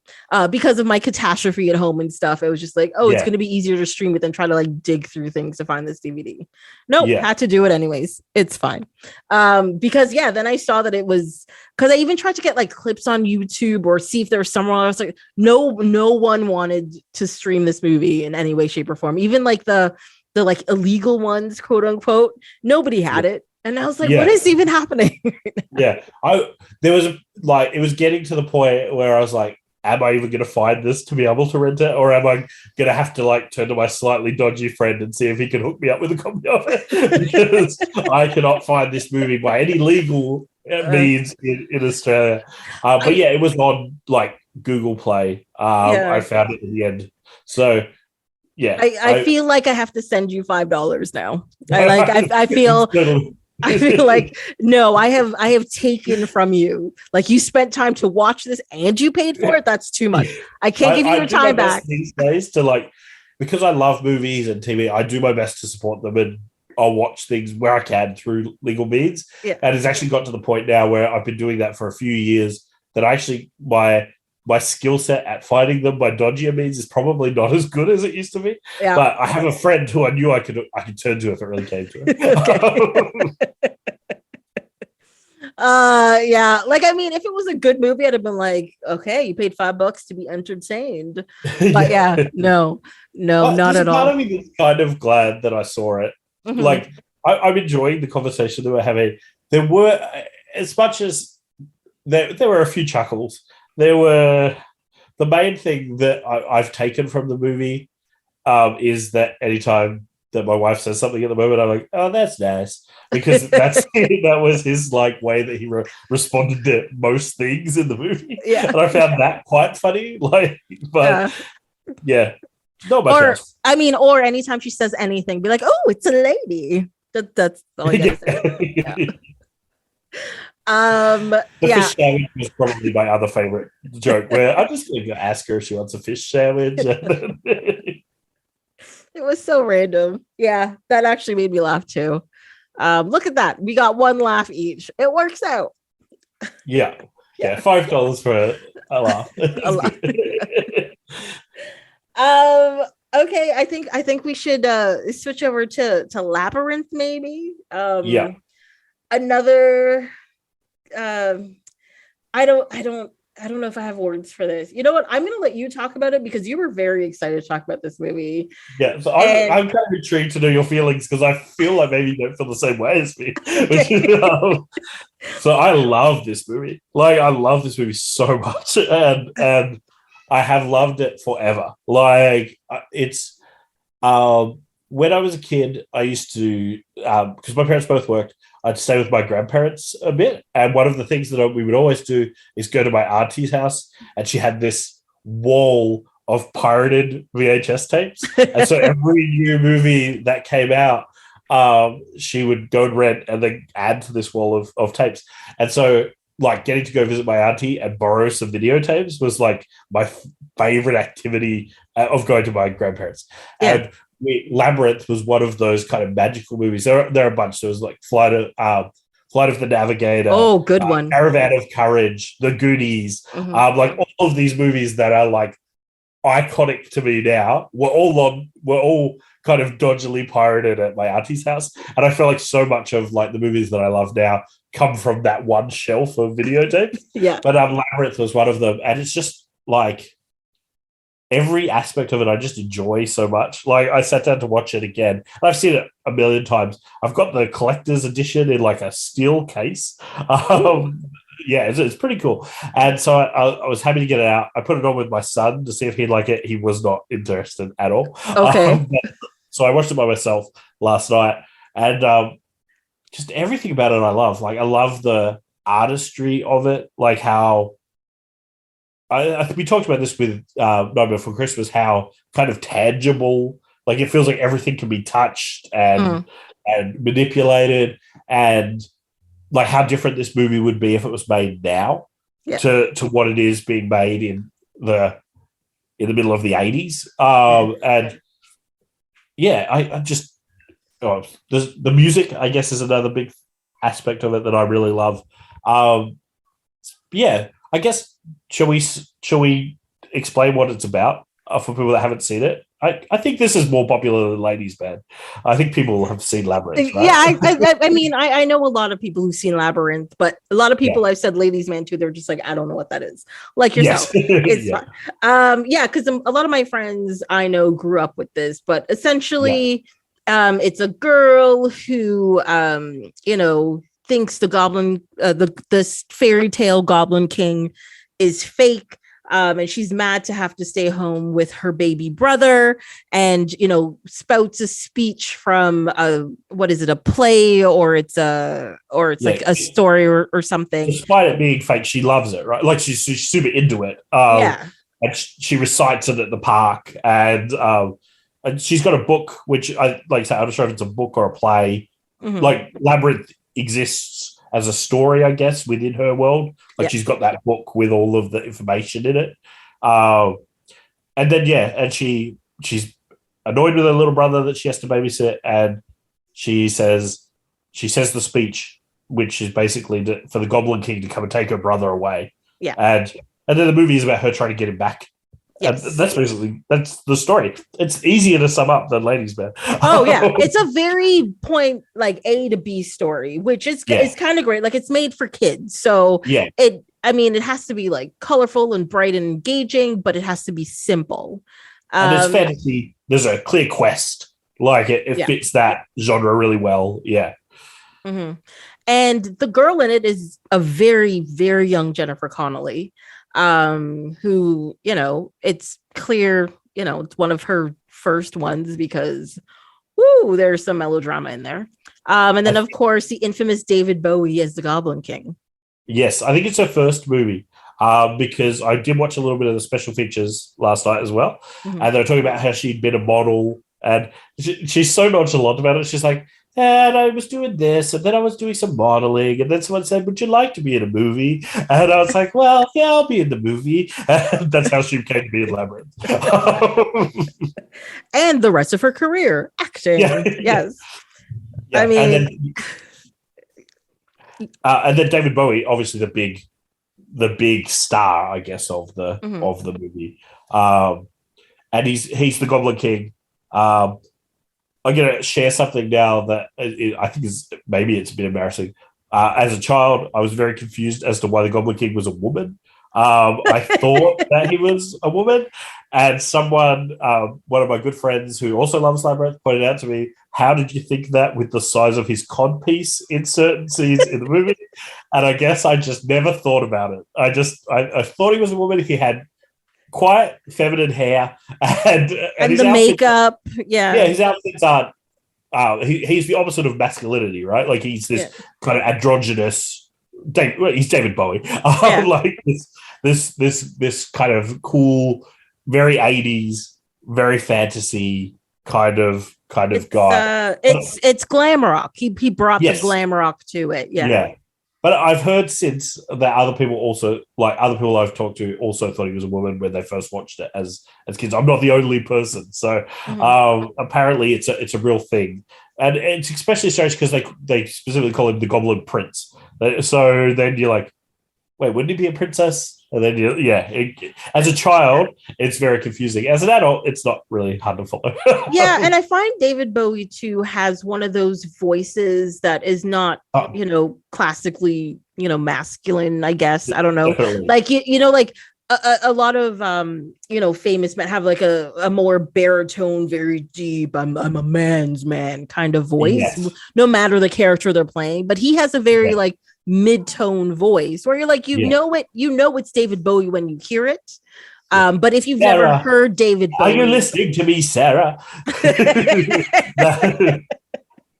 that kind of and obviously I wasn't aware of David Bowie as a kid watching Labyrinth. I'm quite aware of David Bowie now, and that kind of not being like him being that kind of the other was a big part of who he was and all right the way through.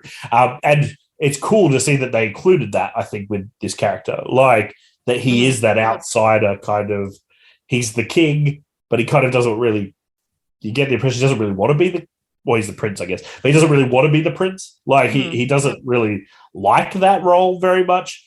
But he also likes the fact that everyone does what he asks them to. So he's quite spoiled and quite entitled at the same time. Yeah. How do you feel about him? Okay. I don't even know where to start with this because I don't want to offend anybody because I did not enjoy this watching of this movie. I did not. And the thing is too, I have not the same, like I went to my auntie's house memory of this, but like the same memory of loving this as a kid and like watching it all the time and stuff. I watched this a lot as a kid, but I haven't watched this in maybe like 15 years easily. And watching it now with like fresh eyes and like my modern take on like filmmaking and storytelling and all that kind of stuff, everything about this felt really wrong and very badly put together. It's very messy. But I do understand your idea about like the artistic part of it, like the tangibleness and like the puppets that they put together and the sets they put together. All that stuff is very cool. And like the ideas are all there. Yeah. But, Jennifer Connelly is a bad actress. Like she was very, very bad. The story is kind of choppy and like jumps back and forth. It's very messy. It's not particularly well directed. No, it's not. And I think that's like, it took me out of the adventure that was being had. But still every other scene I was like, ooh, that's really cool. Oh yeah, the hands, that freaks me out. Or, like that kind of thing, kept happening. There are even as someone that loves this movie, I think all of those criticisms are totally fair. But also, like, there are bits in the movie where I'm just like, oh, can we get to the next good bit, please? Like the fire gang, they're like the orange guys that take off their heads. And I think that the one real effect that hasn't held up well at all, like the effect looks really bad as well. They're clearly like blue screened kind of badly into the scene. Yeah. And when that scene happens, and I've kind of always felt this way, I'm just like, oh, there's this song that doesn't have David Bowie in it, and we're just going to sit through it, and we'll get to the next bit because there's a good bit coming up. Yeah. My thing with that scene, though, like I said, this is a thing for kids, and I'm watching this, and I'm just like, that's freaky. What are you talking about? You're taking off things' heads and arms and legs and things. Like, what are you doing? Body parts in the fire. Like it was nuts. The whole movie is that, I think, too. So like, I think there's a reason that only certain kids gravitated towards Labyrinth and my understanding is it absolutely bombed at the cinema. It only really did well later on video, and that it got this sort of cult following. Like that didn't happen overnight. It was more kids like me that discovered it later. And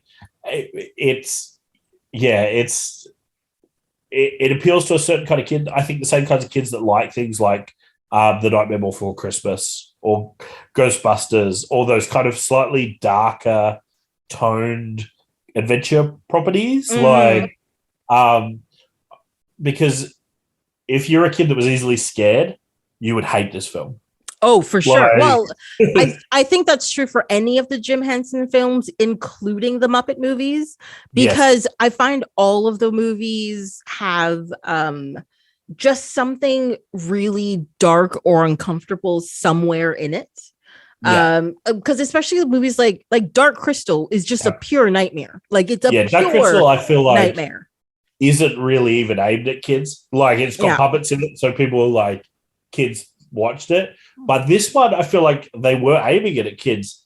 They kind of knew what they were doing, and they're like, we're going to make it a bit dark and a bit scary anyway, because I think kids like that. And I think kids do like that, but I don't think parents were taking them to the cinema to have their kids come home with nightmares. Like, I think that's why I think people, when they're selecting a movie, especially if you're taking a kid to the cinema, like that's a fairly big expense, and you've got to get them to sit through a whole movie. It's like you as a parent, I think, put a fair bit of thought into what you're going to go see at the cinema. Whereas on video, you don't care as much. You're just going to put it in, and you don't really care if they like it. If you don't watch the whole thing, who cares? So I feel like that's why I didn't do well at the cinema, because I'm guessing if it was me and I was like, oh, I'm going to take my son to see something, I would have picked something with a trailer that looks like Labyrinth. Because you want to make sure, like you said, especially with the expense and stuff, you want to make sure your kid has a good experience and will sit through the whole thing.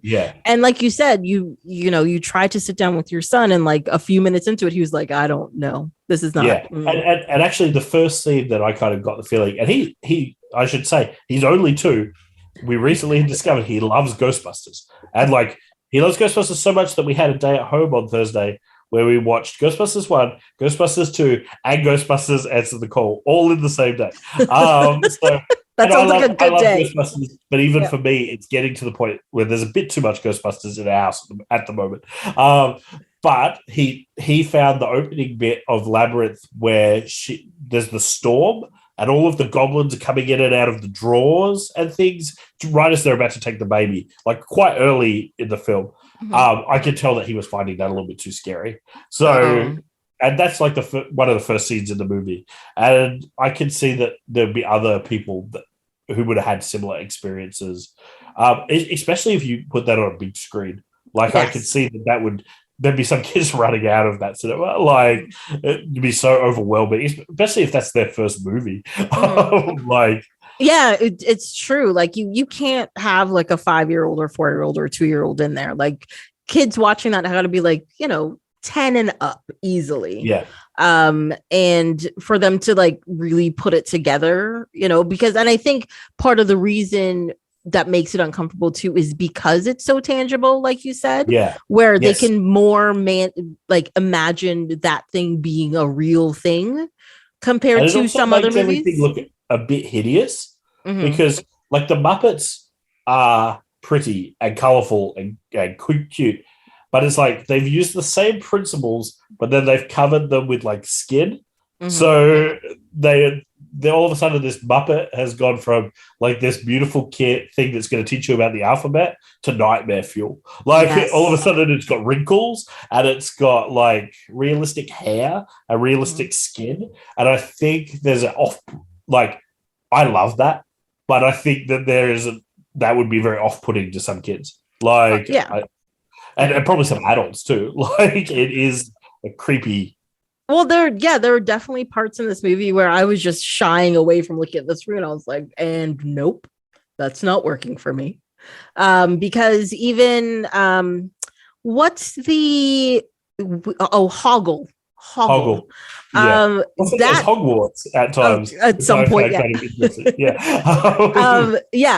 guy, his whole movement and stuff was just, it was just uncomfortable for me to look at. It's too real. It's too realistic. But I love it. But there's this like you meet him and he's peeing in a fountain, and then he murders some fairies, which is just crazy. Yeah, and he's just he's this little guy, and he walks kind of like a person walks, but he's got a big head and a wrinkly kind of face with this gigantic nose. And I think it is that it's almost like the uncanny valley sort of thing going on, but not how we traditionally think of it with CG. Like he's human, but he's not that human. Like he's in that weird in between space where you can even think that with the lady with like the stuff on her, like the junk lady, where they carry everything on their back, where her face looks like a grandma, let's say, and like with scraggly gray hair, and she's a little old lady and she's hunched over, but she's got this like mountain of stuff on her back, and they like, I think it's just supposed to show like people caring about baggage essentially, because when the girl Sarah is entrapped by them and they start piling things on her to just keep her from moving, it's one of those things where it's just like, no, we're gonna pile everything in her life on her so she gets overwhelmed and so she stays. Yes. And but yeah, like that character crosses that uncanny valley where you're just like, this is making me uncomfortable because this feels like a real old lady, and it feels like this real old lady is trapped in a junkyard and not being happy, and these characters are just creepy. Well, they even have moments like there's the I can't think. So there's Didymus, who's like the little dog knight, and he rides on on the sheepdog, and the sheepdog at times is a real sheepdog, and at other times is a puppet, and that even has that kind of, because you can tell the difference, but it looks pretty much the same, but it's just got this off-putting nature to it. Again, which I can see would turn some people off. I think turn some people off the movie. But for me, absolutely love it. And for me, it brings it, like, there are some times where I think you can tell that the background's just painted. Like, there are times that I think CG could have made the movie look pretty good. But for the most part, it feels very real, even though it's clearly built on a set somewhere. Yes. You know that place existed, like the place that they're in at any one time. That's a real set. They're interacting with it. They're touching it. It's got gross slime dripping off it. It's got rocks and things that move. It's got moss. It feels very, very real. And I think that's something that in a modern movie we do lose a little bit. Like I think sometimes having a bit more of that traditional stuff in a movie and kind of using that at the same time as some of the more modern CG could actually be really kind of cool. And we don't get to see that very often. We recently watched the Ninja Turtles movies, which the 90s ones, which Jim Henson also did the Turtles for the first two goes round. And I think that's a perfect thing where those Turtles, I think, actually look better than the later CGI Turtles. Yeah, I actually flat out refuse to watch those movies. I just can't do it. Really? I have refused to watch them. Yeah. Oh, the new ones or the the new ones. Oh yeah. And I mean, they're fine, but they're missing something that those Turtles have that the new CGI ones don't have. And I think the characters in Labyrinth have that. Like even Hoggle, who's creepy, he is a redeemable character. He does have an arc and he changes. And I think some of what he is creepy, but some of what the story sort of saying is, just because someone's creepy, you shouldn't treat them differently. Like they can still help you. They still can be a good friend, even though they look weird. And I think like that's a nice message to have. And that kind of message kind of goes right the way through. You've got all of the characters look different. Like they're one character's a dog, one character's a gigantic beast. Another character is this weird troll man, and then you've got a human girl. And then you've got this, even the Goblin Prince, he's a human actor, but he doesn't look like the other humans in the movie. Like he's his own thing. And like in a way, I mean, it's a completely white cast, but there is a certain level of diversity in the in the friendships and those kinds of things, which I think is kind of nice.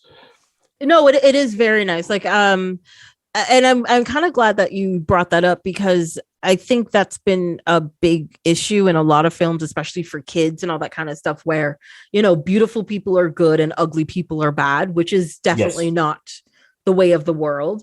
And that's kind of come up with, there's been a bunch of articles about Enchanto, which I haven't watched yet. It's the new Disney film. I watched the beginning, but it's one of those things where having a 2-year-old, you don't watch a whole movie in one go very often. Yeah, you watch it like portions. I've seen the beginning. But like, I read an article yesterday about I don't know what their names are, because I haven't watched it. I don't know. But the girl who's like the big muscular one who like carries stuff around and whatever. Apparently, like, the character designers and stuff had to fight for her to have muscles, because women don't have muscles. Like, no matter, even if they're strong or whatever, they don't have muscles. They have to look feminine, you know, and kids won't like her if she looks like this. And apparently she's one of the favorite characters of most kids right now.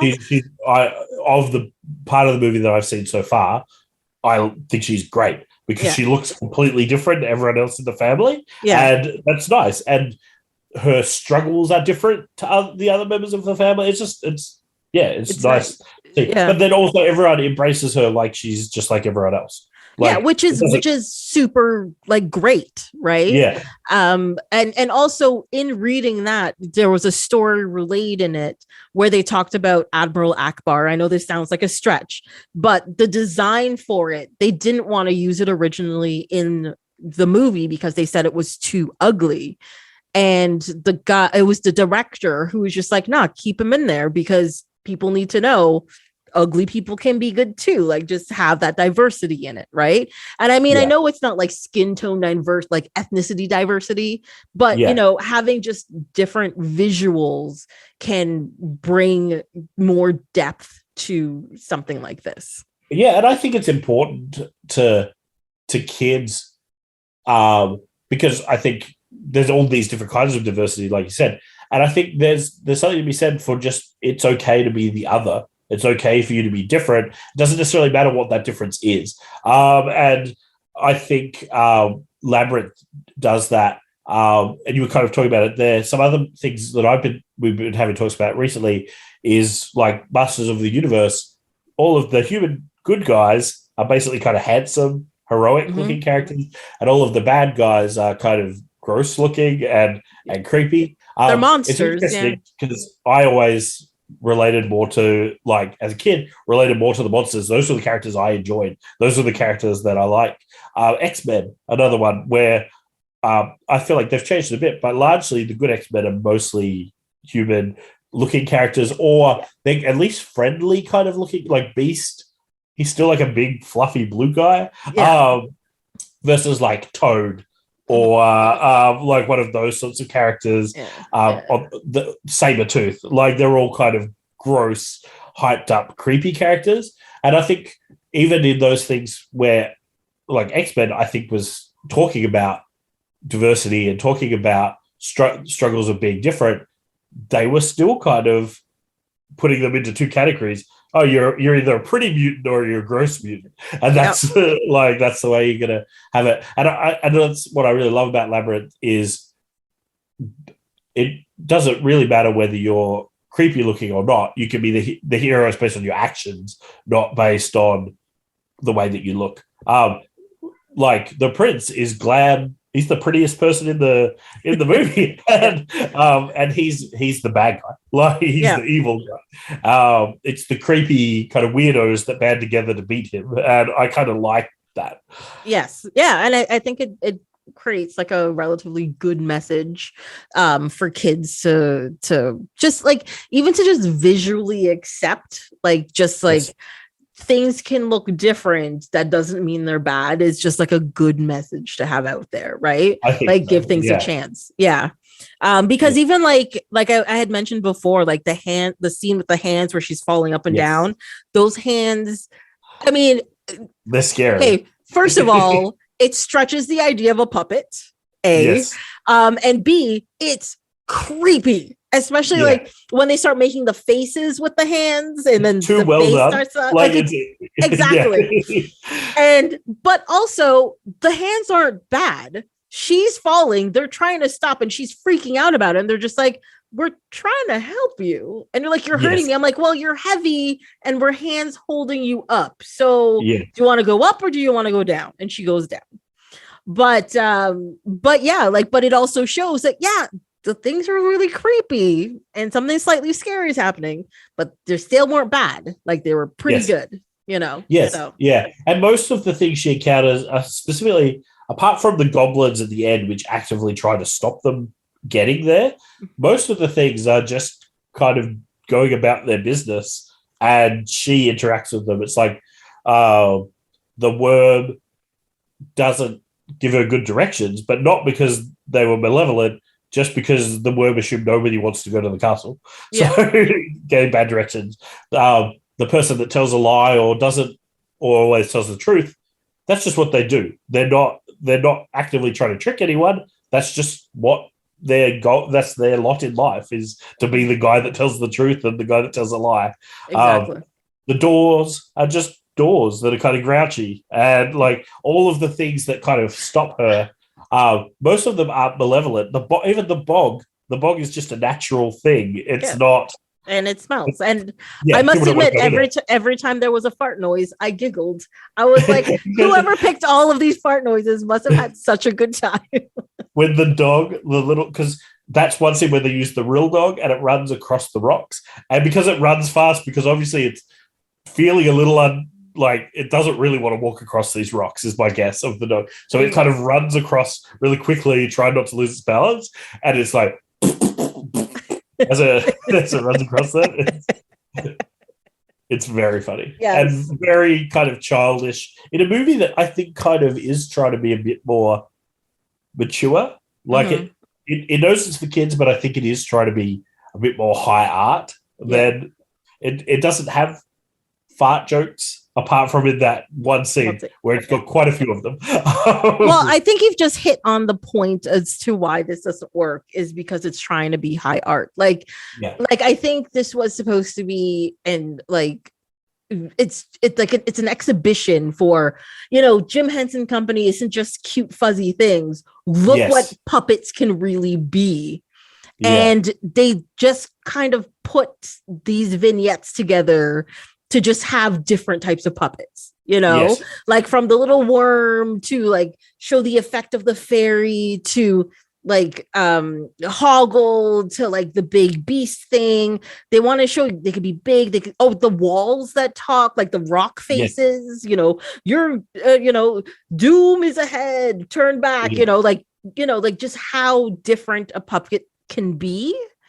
And even the sets, like when the camera moves past and from a certain angle, it's David Bowie's face, but then but then it's not as the camera continues to move. And it's and it's things like that where you're just like, oh, we just want to show people what type of puppets are, and we're going to make all of them really different and really cool. What's your story? They're like, a goblin king and there's a baby, I guess. Yeah. And I actually think I hadn't picked this, but it does kind of match up with Ladies Man in a way that they're both just a series of things happening. Like both movies are just happening one after another. And there isn't, I think Labyrinth has a better one. There's the driving force of she needs to get to the end of the labyrinth, which maybe Ladies Man didn't really have that. But within that, she just goes from one place, there's a scenario, she completes the scenario, she moves to another scenario. It's also a bit like a video game. Like it's like, I beat this boss, now it's on to the next one. And I think it doesn't work so well necessarily as a movie altogether. Yeah. I think also that's why a lot of video game movies don't work, because they translate the video game to film, correct, but as a film, it's bad storytelling and it's uninteresting. Yes. You have to change it up for it to work as a film, right? Yeah. And like I say, I love Labyrinth, and I can see the flaws within it, and I still just love it anyway. But it is like, I can also recognize that largely what appeals to me are certain scenes. So there are scenes, like we mentioned, the fire gang, that I just don't like. And I didn't like it when I was a kid either. And it's long and there's a big song. And to me, it just doesn't work. It doesn't have anything to do with anything else in the movie. And it's just one of those bits where you're just like, okay, it's cool because I know none of these parts are going to last for more than 5 minutes. Mm-hmm. It's almost like Fantasia, or where you've just got all of these visual things, or you'll have a music scene, or you'll have some sort of amazing puppet, or you'll have something else. And there's so much to draw you in, and that's, I think, what I love. Like, it's so different, and the next bit's the bit with the worm, and then we're going to see the hands, and it's just like, it's more the idea of seeing each of these things. And then when I watch the movie as a movie, it's most of the movie is me waiting for me to get to the next favorite scene. The other, there's the big battle scene. The big battle scene does nothing for me. For whatever reason, it just doesn't appeal to me. Yeah. I think because it only features characters we've already seen before, whereas every other scene kind of introduces a new cool element, and that scene doesn't really do that. So even though it's like a quite well done battle scene, it's kind of boring, and I'm just waiting to get to the bit with all the steps. No, I absolutely agree. Yeah, it's interesting, and I think that's where it falls. Its biggest fault as a movie is it doesn't really work as a movie. It works as a whole bunch of really interesting, kind of fun vignettes that are kind of loosely linked together. Yeah. Well, at least you can say this has fun vignettes, whereas Ladies Man didn't. So they are still different there. But I do have to ask you about one vignette, which is probably a scene you wanted to rush through. But there's the part where she's in like the dreamland and she's wearing like the princess dress, and Bowie's giving her like dirty eyes across. And I'm just she's okay. You're like 40 and she's like 13, and this is making me uncomfortable. And then weird, they dance together, and you're just like, everything about this is wrong. Well, because she looks like for most of the movie, she looks like a kid because she's a kid. And then you get to that scene, and it's a weird scene because every time I watch this movie, I almost forget that it exists. Because I know she eats the peach, and in my mind, Hoggle doesn't give it to her. Like, every time, my memory of watching the movie is that Hoggle didn't give it to her, but he totally does. And that she eats it, and she has this weird trip where she goes to this ball, and it's the only scene apart from the beginning and that really has humans in it. And they're all wearing these kind of weird masks. And it's about 5 minutes of her chasing him through a ballroom and him just appearing and then disappearing. And there is a really romantic kind of vibe to it, right? Like both of them look sort of like, she looks like, I want to find you because I love you. And he's like, come find me and we'll see what happens. And she's made up to look much older. She in that scene, she looks like other movies that I've seen her in as an adult. And so even it makes me feel a little bit uncomfortable because I know she's the same. They didn't film this at a different time. Like, that's that same 14-year-old girl that you saw before. And she's dressed up, and he's just popping around, and he's singing to her, and like it's really weird. And something that then made me feel a bit more uncomfortable is I watched the special features briefly. I didn't watch the whole lot, but I started watching the making of Labyrinth, and it was filmed back in the 80s when it came out. So, like, it's got, like, young David Bowie, young Jennifer Connelly, and he's talking about her, and he's like, and then I just met Jennifer, and she's so mature. She's well above her age. And when he started talking about how mature she was as a young person, that made me feel uncomfortable paired with that scene. And he didn't mean it within the interview. I don't think he was being creepy, but those things kind of matched together are a bit creepy. That's like all those stories you hear, like, oh yeah, she's really like, I'm 22 and she's 16, but she's really mature for her age. Like, no, I'm still not going for it. And he's the only other human character that really interacts with her, apart from very briefly her parents and Toby, the little baby. But really, he's the only adult that has any major impact on the movie. And he is talking to her like she's an equal, which in a part I think is why kids maybe like it, and why they like him. Mm-hmm. But it does kind of give him a bit of a sinister vibe that I don't know, was it completely intentional?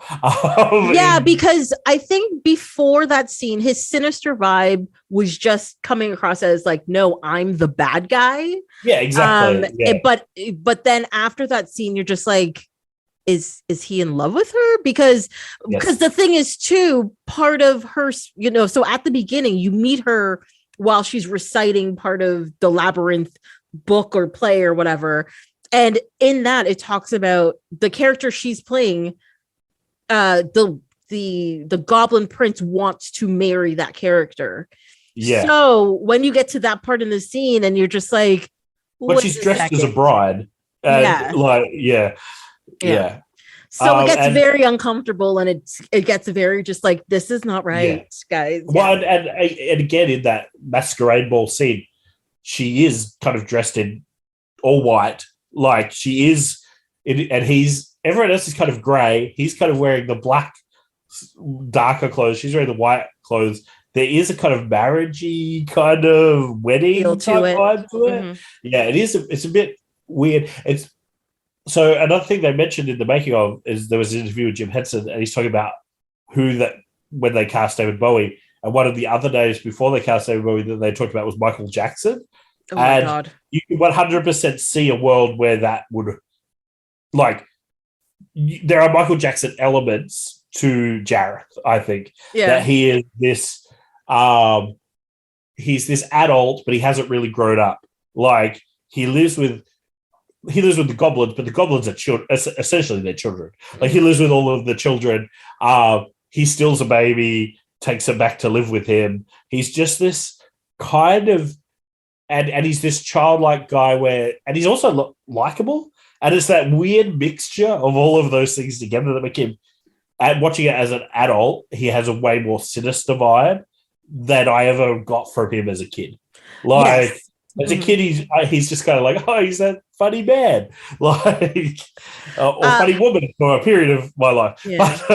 But I think the problem there is that David Bowie looks like a man. He looks like an adult. Yes. And whereas at that point in time, like Michael Jackson, he still had like softer, younger features, and he would have looked less adult. You know what I mean? Yes. Yeah. So I think it wouldn't have come across as creepy. No, but not at the same time. No. Yeah. But at the same time, I still don't think it would have worked very well. You know what I mean? Yes. If they did it in like the same way. I think that there's just something in that scene that you're just like, either they overplayed something or they underplayed something. So it's missing that like element that makes it not uncomfortable. You know what I mean? Yeah. Yeah. But that uncomfortableness is something I really enjoy about it.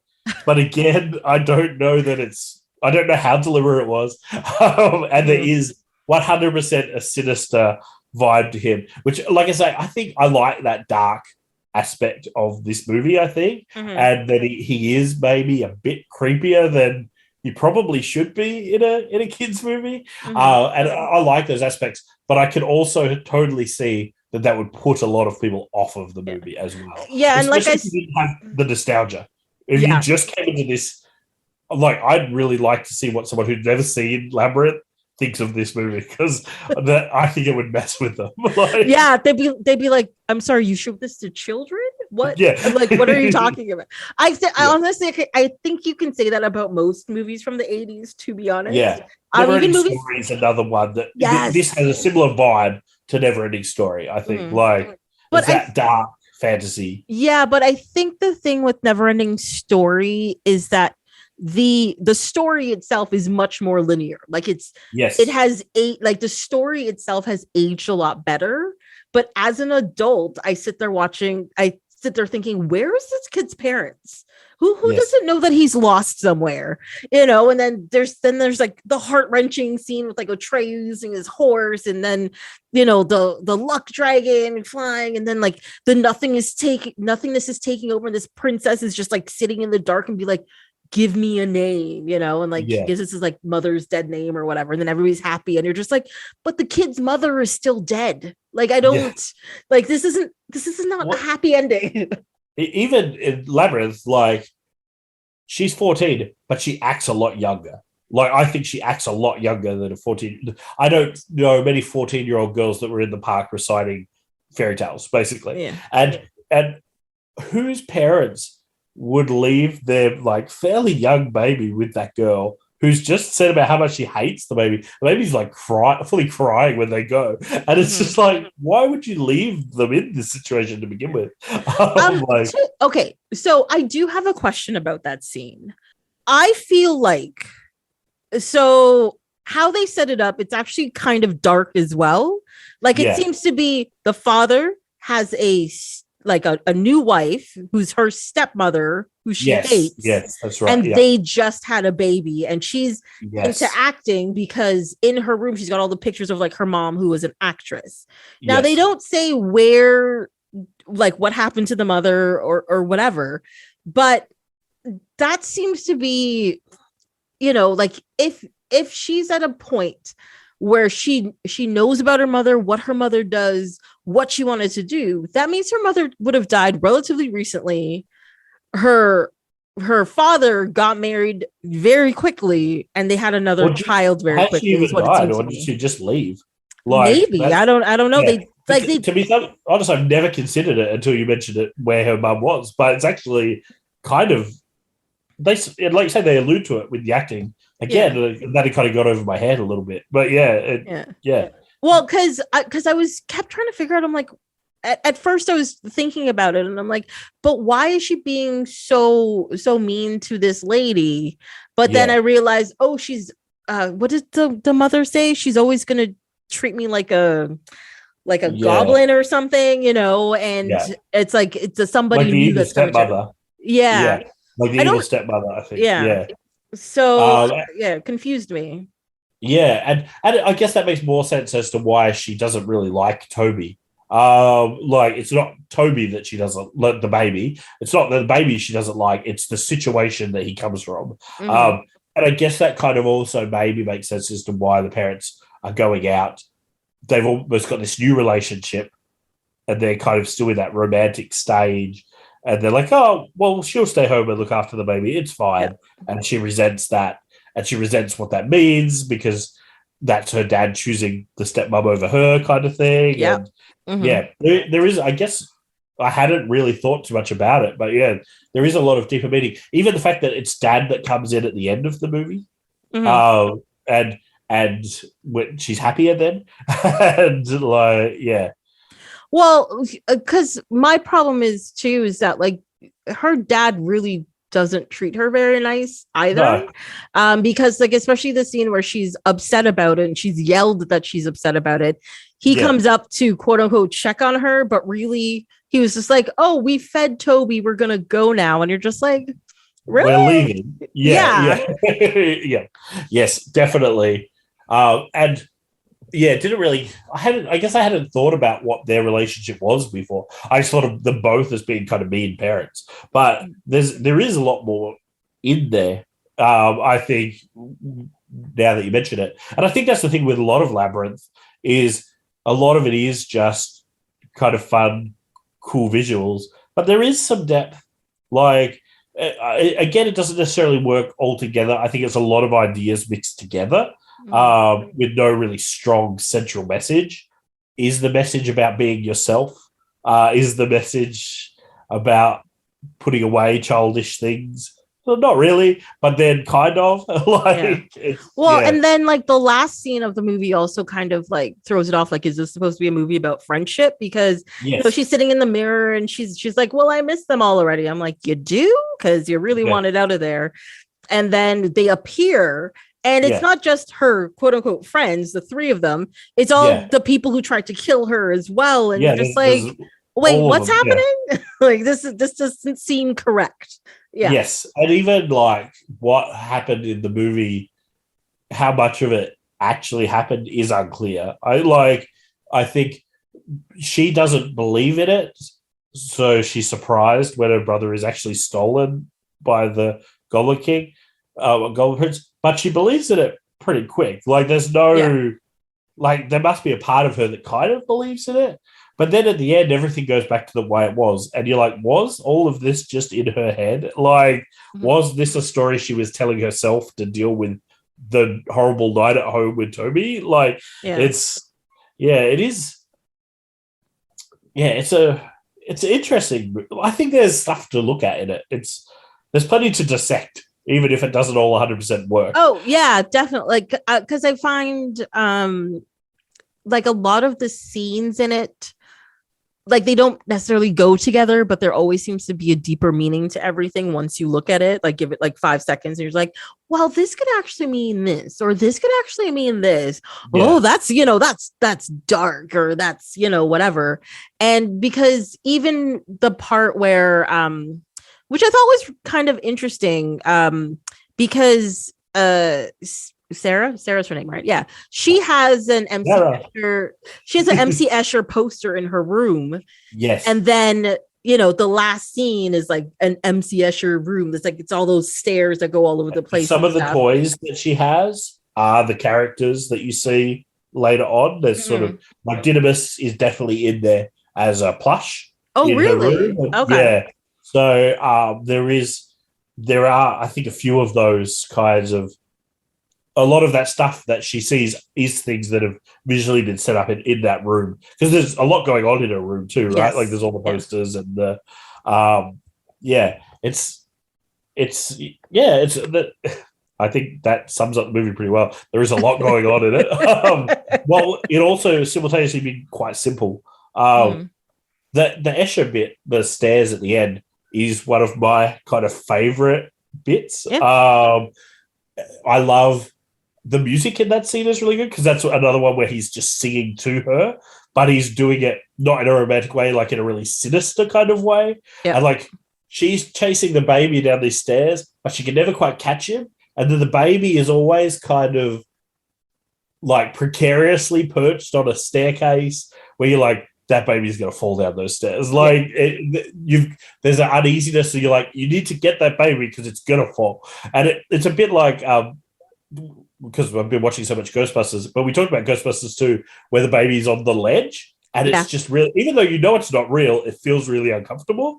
That there's that feeling for me in this scene as well, with the kid on the stairs. So she's chasing him, but then you've got David Bowie who's just like stalking her and just like sinisterly singing to her as she goes around.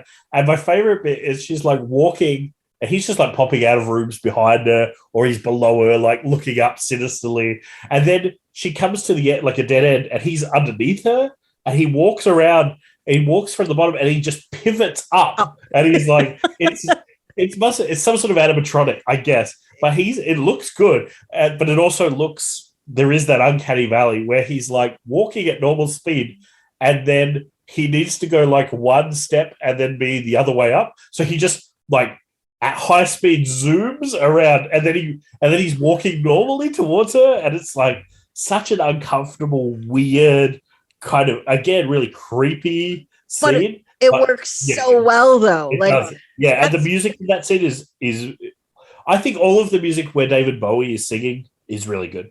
Some of the other songs are a bit iffy, but most of David Bowie's pretty good. To be honest, my first note for this movie is the opening song. And wait, hold on. What did I actually say? It says, I know it's Bowie, but that opening song is horrible. Those are my exact words. What is the opening song? I know. Oh, sure. I don't know. It just started playing, and I was like, "What is this?" And then he started singing. I'm like, "That's Bowie," but oh my god, that's horrible. Yeah, because I think he wrote all the music as well. So I think even the ones he's not singing, it's his music. And I think maybe what I actually mean is all the scenes where he's singing, and like you have him, like it's part of his character that he's singing. I think they all, at least for me, work pretty well. Like even the ballroom scene is uncomfortable, but it works. Like it does. It kind of, it to me all works together. The one song we haven't even mentioned, the Magic Dance song, which to me is like the standout song of the movie. It's an interesting one. I don't think this is too much information to share. So my now wife Sally, who you know, the first time I ever stayed over at our house, we watched the movie Labyrinth, and and we watched it, and that was all well and good. And then the next day, we like got up, and there is that.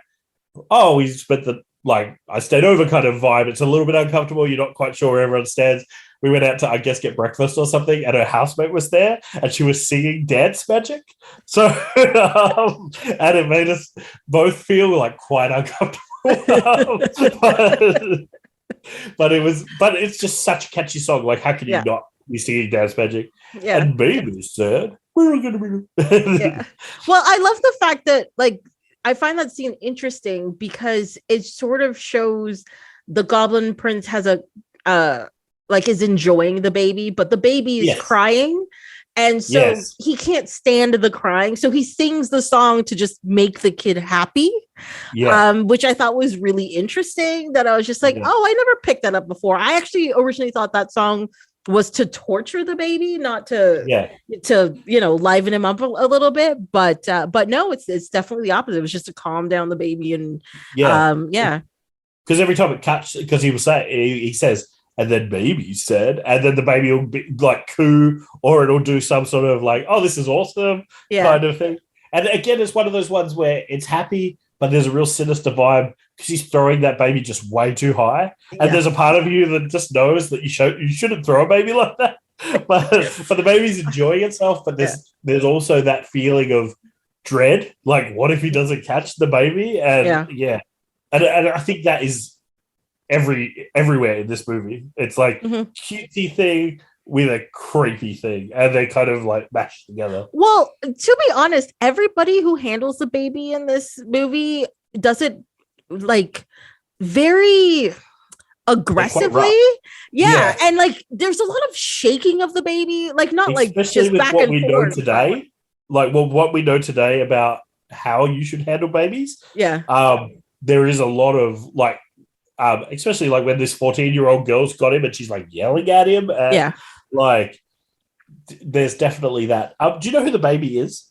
His name is actually Toby. His name is Toby Froud, Froud. So Brian Froud, who did all of the creature designs for this and the Dark Crystal, that's his son. Oh, okay. Yeah, and his son worked on the new Dark Crystal on Netflix. So Toby from this worked on the Netflix Dark Crystal, which is kind of a cool throughput, which also kind of mirrors Ghostbusters too, where we had Jason Reitman coming back to direct the Ghostbusters later. Toby came back later on to do Dark Crystal. Well, I'll tell you this, that was his only acting gig. Yes. But he did like special effects in a few things, and he directed a short called Lesson Learned, and it's definitely Muppets. I don't know. It's just a boy surprised by special treatment on this year's annual birthday visit from his grandfather. I don't know. I think his dad largely it was like the concept art and like the designs of all the creatures, and I think that's kind of what he does now. That's my impression from the Netflix short thing that I saw him. Yeah, but, it looks like it. Yeah, because there were a whole lot of. I feel like there wasn't a lot of merchandise for Labyrinth, but there is a lot of books and things like that had like the artwork and those kinds of things that I've seen. But I don't feel like it feels like that's another spot where maybe it didn't do as well. Like there were no Labyrinth action figures when I was a kid. It seems like there should have been. But there should have been, yeah. But I don't think like based on the characters in the movie, I don't think they'd make great toys, to be honest. Potentially, there's no animated series. Oh, I think that's like another thing that it seems like it should have existed, but it didn't. Yeah. Which I guess probably speaks to how successful it actually was when it first came out. Well, yeah, I think that's the problem. Like, if it doesn't make money in the box office, they're not going to try to do anything else with it. Yeah. Oh, the funny thing is, this has about the same budget and the same money making thing as Ladies Man. Yeah, because it had a $25 million budget. and the gross in the US and Canada was 13.7 and gross worldwide was 13.9. Well, again, it obviously didn't do well once it left North America. Exactly, yeah. I suspect, I don't know this for sure, that maybe it just came straight to video here. And that's how everyone I know discovered it, was later on video. And I do have to say that I think Labyrinth spent their budget a bit better.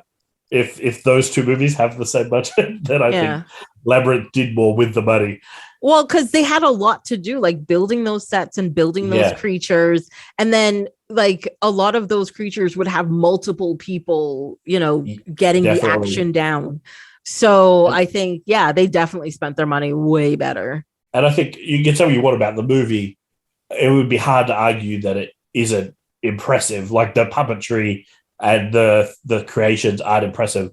Like I think there are very few things I can think of that have that kind of level of puppetry and animatronic of film.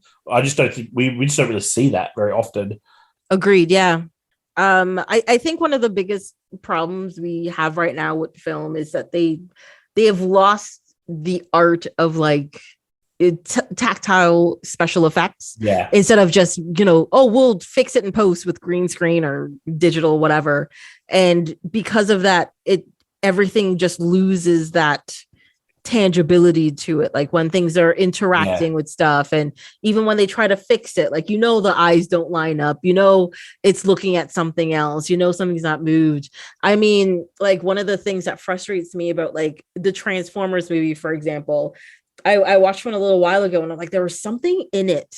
There's a scene in like a junkyard. It's a bright sunny day, there's a junkyard and they're just walking around and you're just like, it just pulls you out of everything because you're like, this is clearly not real. And like, of course it's not real.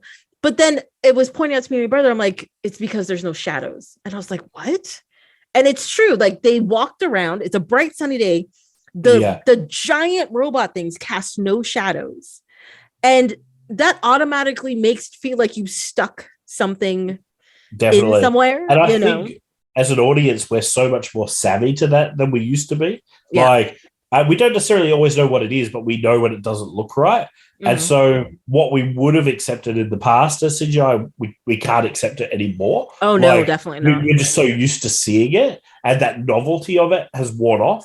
Like there's the CGI owl at the very beginning of Labyrinth, which I think is one of the first apparently CGI kind of creatures. It looks terrible. Yeah. It's actually the first attempt at a photorealistic CGI animal character in a feature film. It looks pretty bad. Like if you saw that in a movie today, you'd be like, "What is this?" But there was, I think the issue with CGI is it got to a point where it was getting pretty good, and I think it's kind of about Jurassic Park.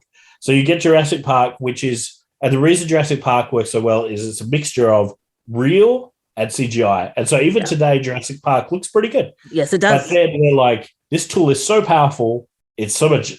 I mean, it has, obviously there's artistry to CGI, and I don't want to take away from that. But it feels like it's cheaper and easier, even though maybe that's not accurate. I feel like that's a feeling people have. And so all of a sudden, we don't want anything practical anymore. We want everything to be CGI. And I feel like it's only in pretty recent years that there's been a bit of a pushback to be like, no, actually what is best is not practical. It's not CGI. It's that blending of the two. Both. Yeah, I absolutely agree with you. Yeah. Like the first Jurassic World, I think they had one animatronic dinosaur. And I think that movie looks pretty good, but you can tell all the dinosaurs are CGI. Mm-hmm. Jurassic World Fallen Kingdom, all of a sudden they had all of these animatronic dinosaurs. Like they had the big animatronic T-Rex, and that movie, the dinosaurs just look better. Like that. I mean, it's a bad movie, but it does look better. Yes. Well, I think it's a good movie, but but I can see that. But regardless, the dinosaurs look a lot better, I think, in that movie. I talk a lot about Ghostbusters, obviously, but the Ghostbusters Afterlife, the Terror Dogs are practical. And they work well. I feel like there's this push at the moment to not discard what came before and maybe kind of join the two together. And I think that's going to be the best. Like, I think when we kind of hit that actual balance of what is the best choice, is the best choice CGI, is the best choice practical, or is the best choice a mixture of the two? Because I think there's a place for all of it. And I think we're getting to a good spot. But again, in 10 years, we'll probably feel differently again. Yeah. I mean, I think at some point somebody's going to find a new technique that's just going to make it so much better. And, you know, they're just going to start making films that way, and then we can't go back. And that'll be fine. But at this point in time, with so much CGI and things, and like, yeah, the Marvel movies look really good and stuff, but there are definitely scenes where you're just like, nobody in the scene is real. Can we just not have this scene here? You know? But at the same time, you can see why they preferred CGI in some scenes and why it shouldn't be practical and blah, blah, blah, blah, blah. Definitely. But, you know, putting an actual suit on Spider-Man is better than CGIing a suit on Spider-Man. Yeah. And you can do like kind of what they did with Deadpool, where it's kind of part of a suit and then the face is CGI, or like that. I think there's a spot for that balance. And if anything, it's only gonna, like, Spider-Man having those moving eyes adds so much to his character. But there is a real, like you said, kind of if you go back to the Toby Maguire Spider-Man suit, that suit feels like a real suit on a person, more so than maybe the Tom Holland one does at times. And I think what would be best would be a matching of the two, like have those eyes, but on the Sam Raimi suit, and that could be really, really cool, I think. Yes, I agree with you. Yeah. Because like the one that threw me off the most was not Endgame. What was the movie that came before Endgame? Infinity War. Yeah, Infinity War. When they were going to outer space, and then they put this, you know, the special Iron Man, Spider-Man suit on Tom Holland's character. Yes. And it was clearly all CGI, like every time he was in that suit and stuff. And you're just like, that just looks like the idea is cool, but it just looks bad. You know what I mean? It's a thing where, like, to me, it looks good enough.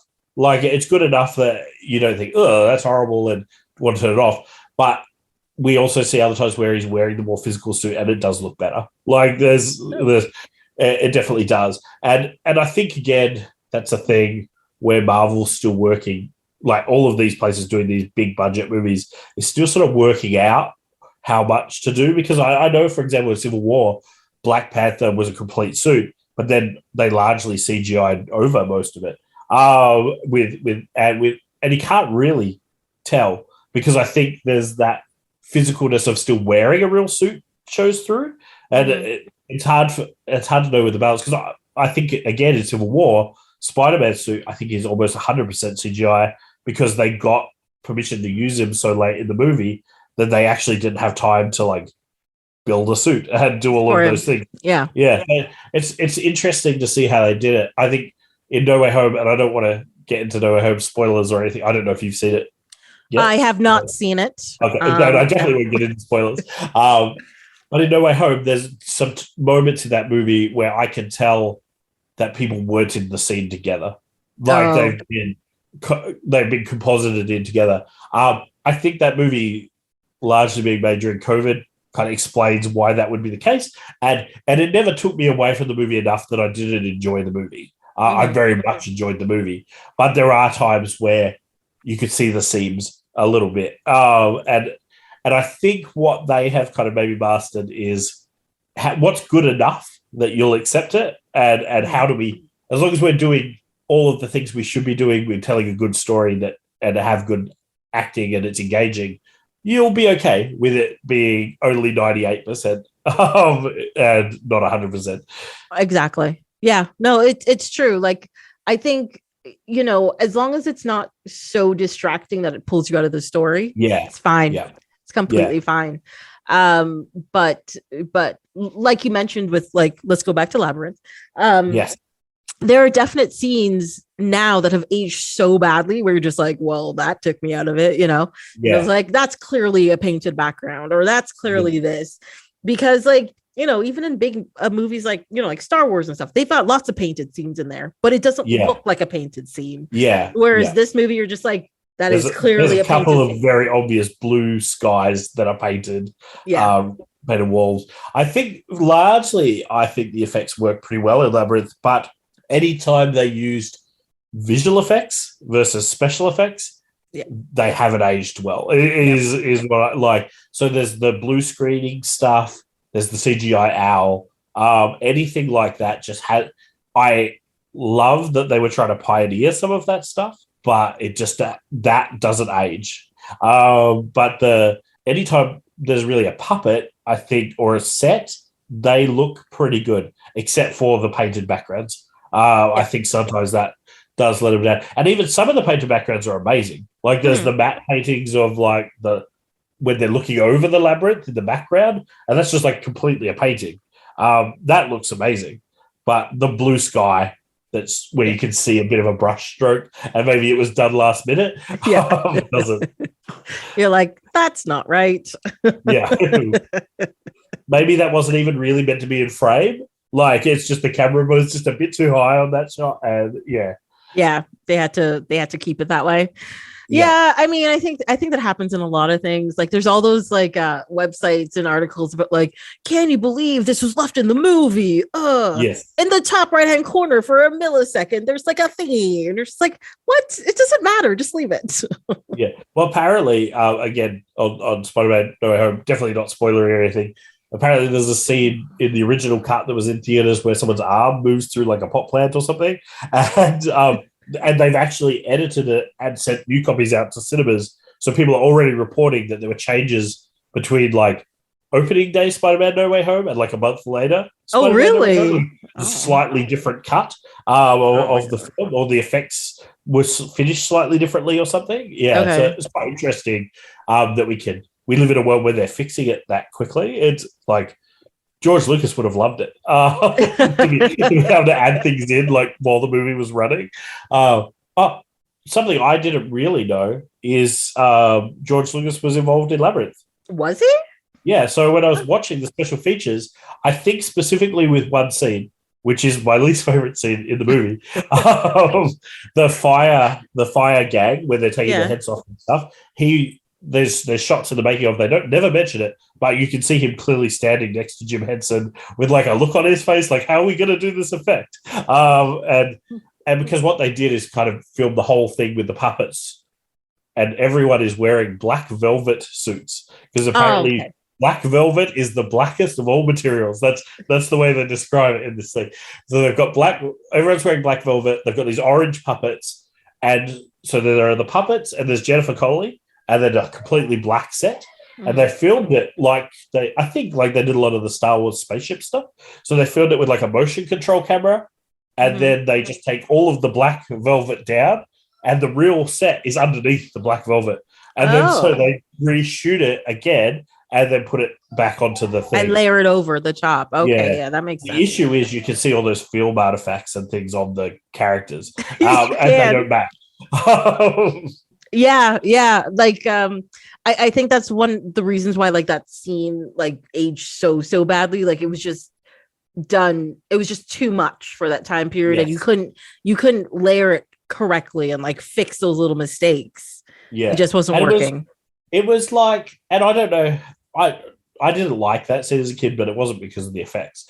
But I think probably at the time it was impressive enough that you just kind of rolled with it. But now we've seen so many examples of blue screen done better that all you can see is like even the backgrounds, like the color palette is different to the color palette of the characters moving in front of it. Like, correct, you can feel like it's not balanced in the same way. So they look like you filmed a movie, and then you filmed another movie on a different camera, and you cut them out and stuck them in, and that's kind of what it looks like, which is impressive for the time, but it doesn't look good now. Yeah, because you have to match that like color balance, right? Yeah, because it looks like the two things were lit completely differently. Exactly. Because the background is very pale, I want to say, whereas like the character colors are more richer and I don't know if some of that is, I don't know what version you watched it on. I watched the DVD. I don't know if some of that is made worse by the digital process, and some of those things, maybe those earlier cuts actually looked better as well. Even being on VHS, probably it was less distinct, so it was probably looked a bit better. But I don't even, knowing how they filmed it, that they filmed it with all the things, then moved all the stuff and then filmed it again, assumably on the same camera. It doesn't really. There must be some other step in the process that I don't understand that changes it. And I mean, I'm not a visual effects expert, so I think it's very likely there were several steps in the process that I don't understand. But the making of that was filmed in the 80s on the DVD made me feel like it should look seamless. Yeah. I know, like as viewers of the films, you're always just like, you could have done that better, but you have no idea what it took to do that, or how. There are like 100 people standing behind George Lucas looking at these horrible alien puppets. I think maybe that's part of why I don't like it. Even as a kid, I felt like I didn't like it. It just feels like that scene's from. It doesn't fit in the movie. Like it doesn't push. I mean, none of the stories truly push the story forward apart from her moving towards the labyrinth. But it doesn't really add anything. It looks different to every other scene in the movie.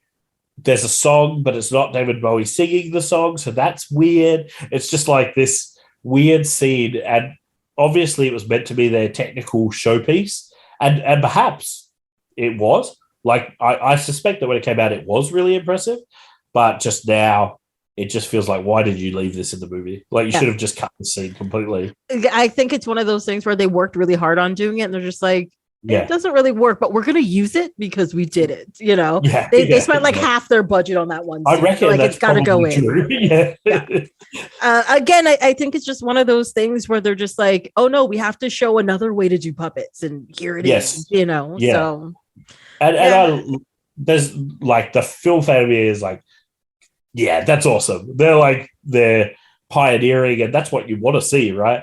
But maybe this was a time where they just, I think, flew a little bit too close to the sun. And they're like, the rest of your movie looks amazing. You don't need to put that in.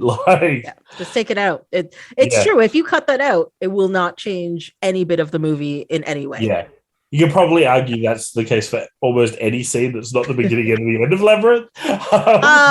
That's true. Well, anytime she meets somebody, so at the beginning when she meets Hoggle, and then when she meets the Beast, and then when she meets like Ludo, yes, and the guy on the dog, I forget all their names. So Didymus, I think his name is. So like those three scenes have to be in there. Everything else can be cut at some point, and it's fine. Yes, yeah. And I'm guessing that they probably filmed other ones that weren't in there. Like that might very well be that there are other ones, because it just seems like they had a lot of ideas and they decided to just put them all on screen. Yeah. Well, that might also be one of the reasons why it seems so choppy. Maybe it was, the first cut was really long, and then they're just like, it's for kids, it needs to be an hour and a half, and then they just chopped a whole bunch of stuff out of it. That might be part of it too. Yeah. And I think that their focus was, I'm not sure if Jim Henson was the director on this. He is the director on it. Yeah. Yeah. He must have had so many focuses like in this movie, because he would have been overseeing a lot of the puppetry and a lot of like the effects aspects that I don't think you can focus on all of those. It's not easy to focus on all of those things. And so you're going to miss out. And so if you have the really good visuals, maybe the direction of the story isn't going to be as strong, because one man can't do all of that. I think my understanding is he's someone that he did want to do it all. And maybe getting another director could have been a way that this film would have been better, I think. Yeah, or like just get somebody to focus on other aspects, whichever point it is. Like character design, you have the last but let somebody else create the characters, or let somebody else take on the whole story, or I wouldn't be surprised, because he was a puppeteer too. So I wouldn't even be surprised if he got in there and he's like, I want to I'm sure he did. I'm just trying to think back to the making of, but I'm pretty sure there are scenes of him holding puppets. So again, yeah, it's a lot to do for one person. Like, Yeah, it's a lot. Yeah. But impressive. Yeah. Again, maybe the pieces are more impressive than the sum. Oh, I actually thought Labyrinth was the first one he made, but it's not. It came after Dark Crystal. It did. Yeah. Yeah. Okay. See, but that confuses me because he also directed Dark Crystal. Yes. And I would have thought maybe I haven't seen Dark Crystal in a while because it did freak me out as a child. I think I've only seen the movie like twice. But I remember it being like, it's weird, but more of a succinct story. Yeah. But like Labyrinth is just so choppy. So that's the reason why I thought it was earlier. Yeah, I think it was just, I guess they were trying to do different things. Mm-hmm. Like, I think with this, they were trying to appeal to kids, but then they were trying to, I think they were just doing a lot. And it doesn't all quite work. No. But, unfortunately, I still love it, and I don't see that changing, but I think it's a flawed movie, and there's probably a reason it wasn't a huge success. Yeah, there's like I said, I did not enjoy this viewing, but I understand why people love it. Like why you like it. You're like, it's got a special place in my heart kind of thing, right? Yes, exactly. Yeah. And it's very clear. Like there's very specific aspects of the movie from like the actors and the Muppets and set design and all this kind of stuff. It's these things that bring out as a kid your imagination and all this kind of stuff because you're not paying attention to the story. Definitely, but for me as an adult, and especially preparing for this where I like sat and I watched it and my job is to like pick out things from it, I was just like, this is a mess is all I kept thinking. Yeah, and I mostly agree despite still loving it. And I think I had heard, and I don't know if this is off the table because I don't think that the Dark Crystal relaunch sort of did what Netflix was hoping, but there was talk of a sequel to Labyrinth, and to me, I just don't know what that would be. Are you going to bring back Jennifer Connelly? Because we don't have David Bowie anymore. We don't have, to me, so much of what makes Labyrinth, you wouldn't be able to bring back. Mm-hmm. So to me, I just don't know what you do. Like, what would make it a sequel? So to be honest, now that you've brought that up, I'm thinking that it would kind of be. Have you ever seen the movie Return to Oz? Bits. I think I saw it as a kid, but I haven't seen it recently. Yeah. First of all, don't show it to your child. It's freaky. Stop it. I've heard don't do it. Good. Yeah. But so if you think of Wizard of Oz, you're like, how are you going to make a sequel to that, right?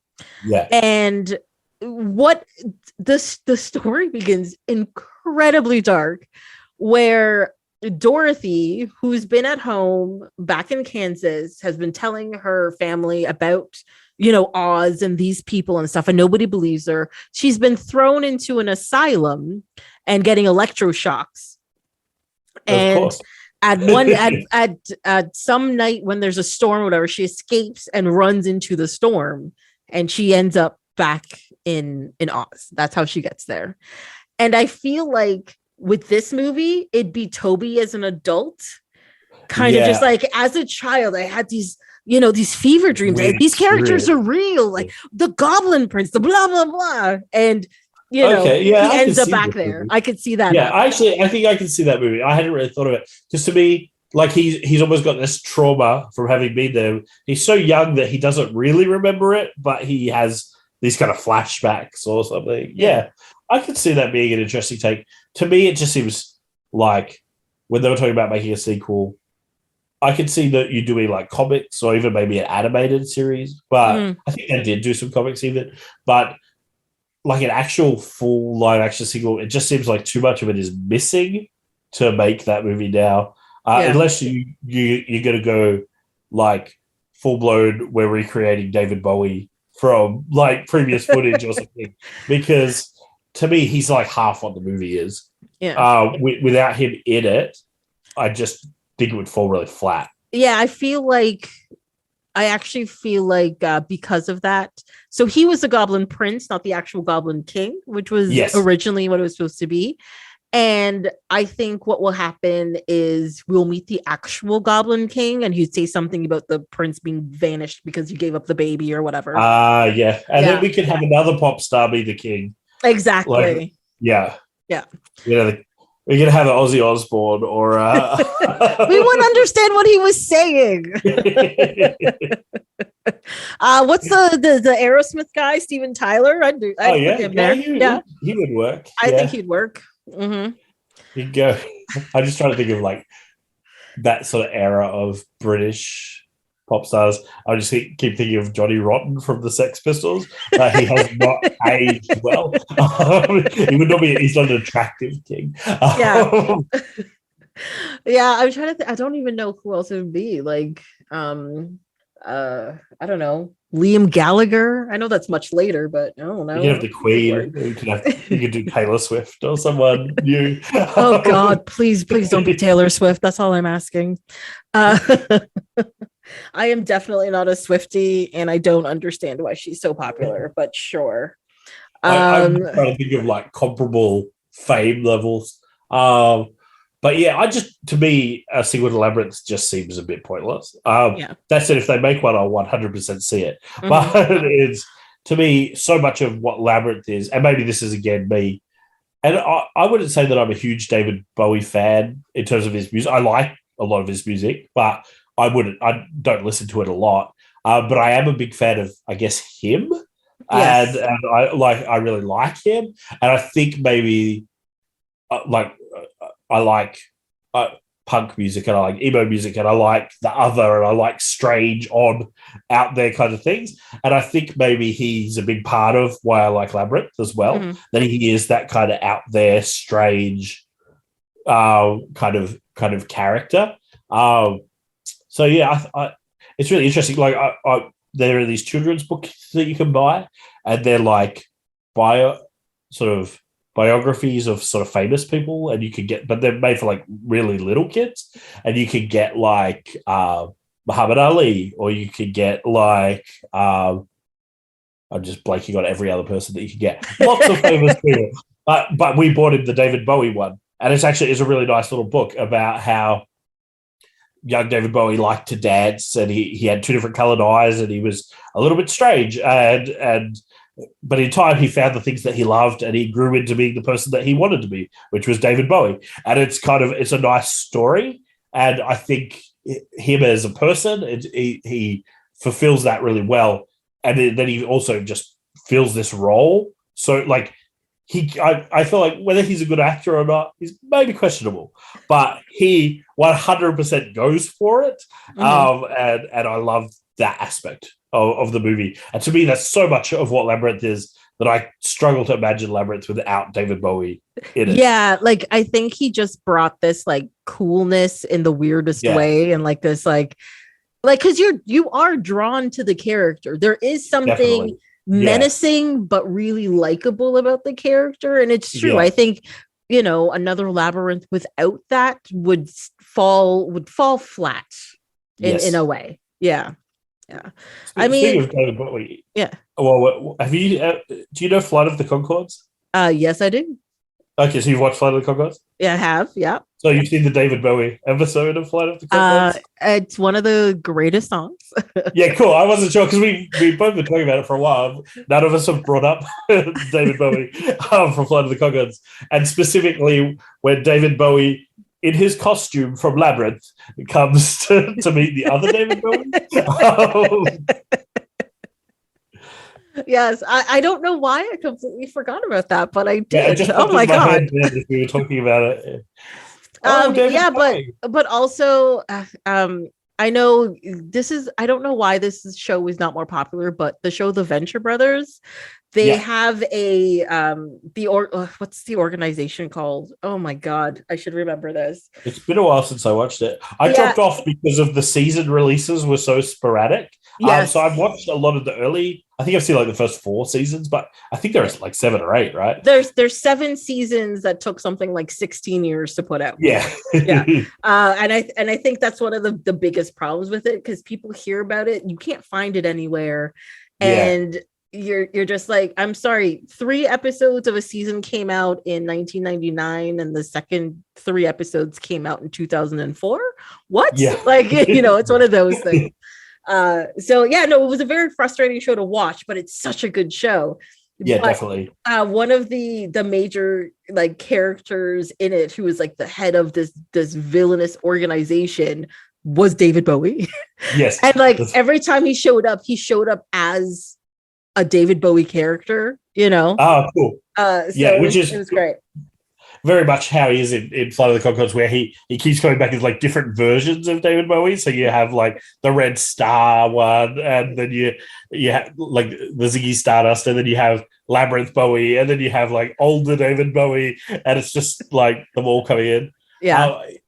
Because he was in a few things. He was in Zoolander, I guess, as well. But he did pop up a bit. But he was he was a Nikola Tesla in The Prestige. Oh, in The Prestige. Yeah. When he showed up in that, I was like, this is so great. Like, he just did such a good job. It's such a good movie. Yes, yeah. It's such a good nobody movie. really talks about, but I think it's a really good movie. He's great in it. I think he's at that point, his acting chops had, like, he was a really good actor as well by that point. As I say, Labyrinth, watching it now, I don't know if he's good, but he's very, like you said, he's very charismatic, and he's very, like, he fulfills that role really, really well. I don't know if you saw him in another show at the same time, whether it would feel pretty similar. But it's interesting because he was in a video game as well. This RPG, I want to say it came out in like the late 90s or maybe very early 2000s. Okay. And it was like, I couldn't tell you what it was called or anything, but I remember it being a big deal that David Bowie was in it. And it was a kind of a weird game. I feel like it was a bit like Labyrinth, that it bombed a little bit too. Oh, no. Yeah. I think maybe a few David Bowie projects had that in common. Maybe. Yeah. It's apparently called The Nomad Soul. That's it. Yeah. I remember being super excited to play it, but I think maybe I didn't have a computer that was powerful enough. It came out in 1999. There you go. It was released for Microsoft Windows and Dreamcast. And Dreamcast in 2000. Yes. Super excited, not having a computer that could actually play it, and then just forgetting that it kind of existed until just then. I never knew this existed. So interesting. I think he gives you the impression that he wanted to try different things. So, like, it's cool to be able to say, "Oh yeah, I made a video game once. I started a video game." I'm totally cool with that. Yeah. Why not? Just like, if you have the time and the money and the connections, do all the things. Try all the stuff. Yeah. There's nothing wrong with that. And I think that's the thing that makes David Bowie so cool. It's not just his persona. It's the fact that he was willing to, like, take the chances. And this is gonna sound like, no, I don't think it's a stretch, but also Snoop Dogg is like that, where he is just doing the weirdest shit, where you're just like, why are you friends with Martha Stewart? What are you doing? Oh, like, of course he's got his weed stuff, but he's doing commercials to save turtles right now. And you just feel like, I felt like doing it, so I'm gonna do it, I think that they're both cool enough. Like, there's an element of they're comfortable enough in their own skin that they don't really care whether you think this is a stupid thing that they're doing. And I think it is like when Snoop Dogg turns up in, like, Addams Family, the animated movie or whatever, you're like, why would he do that? And it's like, because he felt like doing it. Like, someone said, "Do you want to do it?" And he was like, "Yeah, it sounds fun." And like, I think that is actually in some ways quite cool.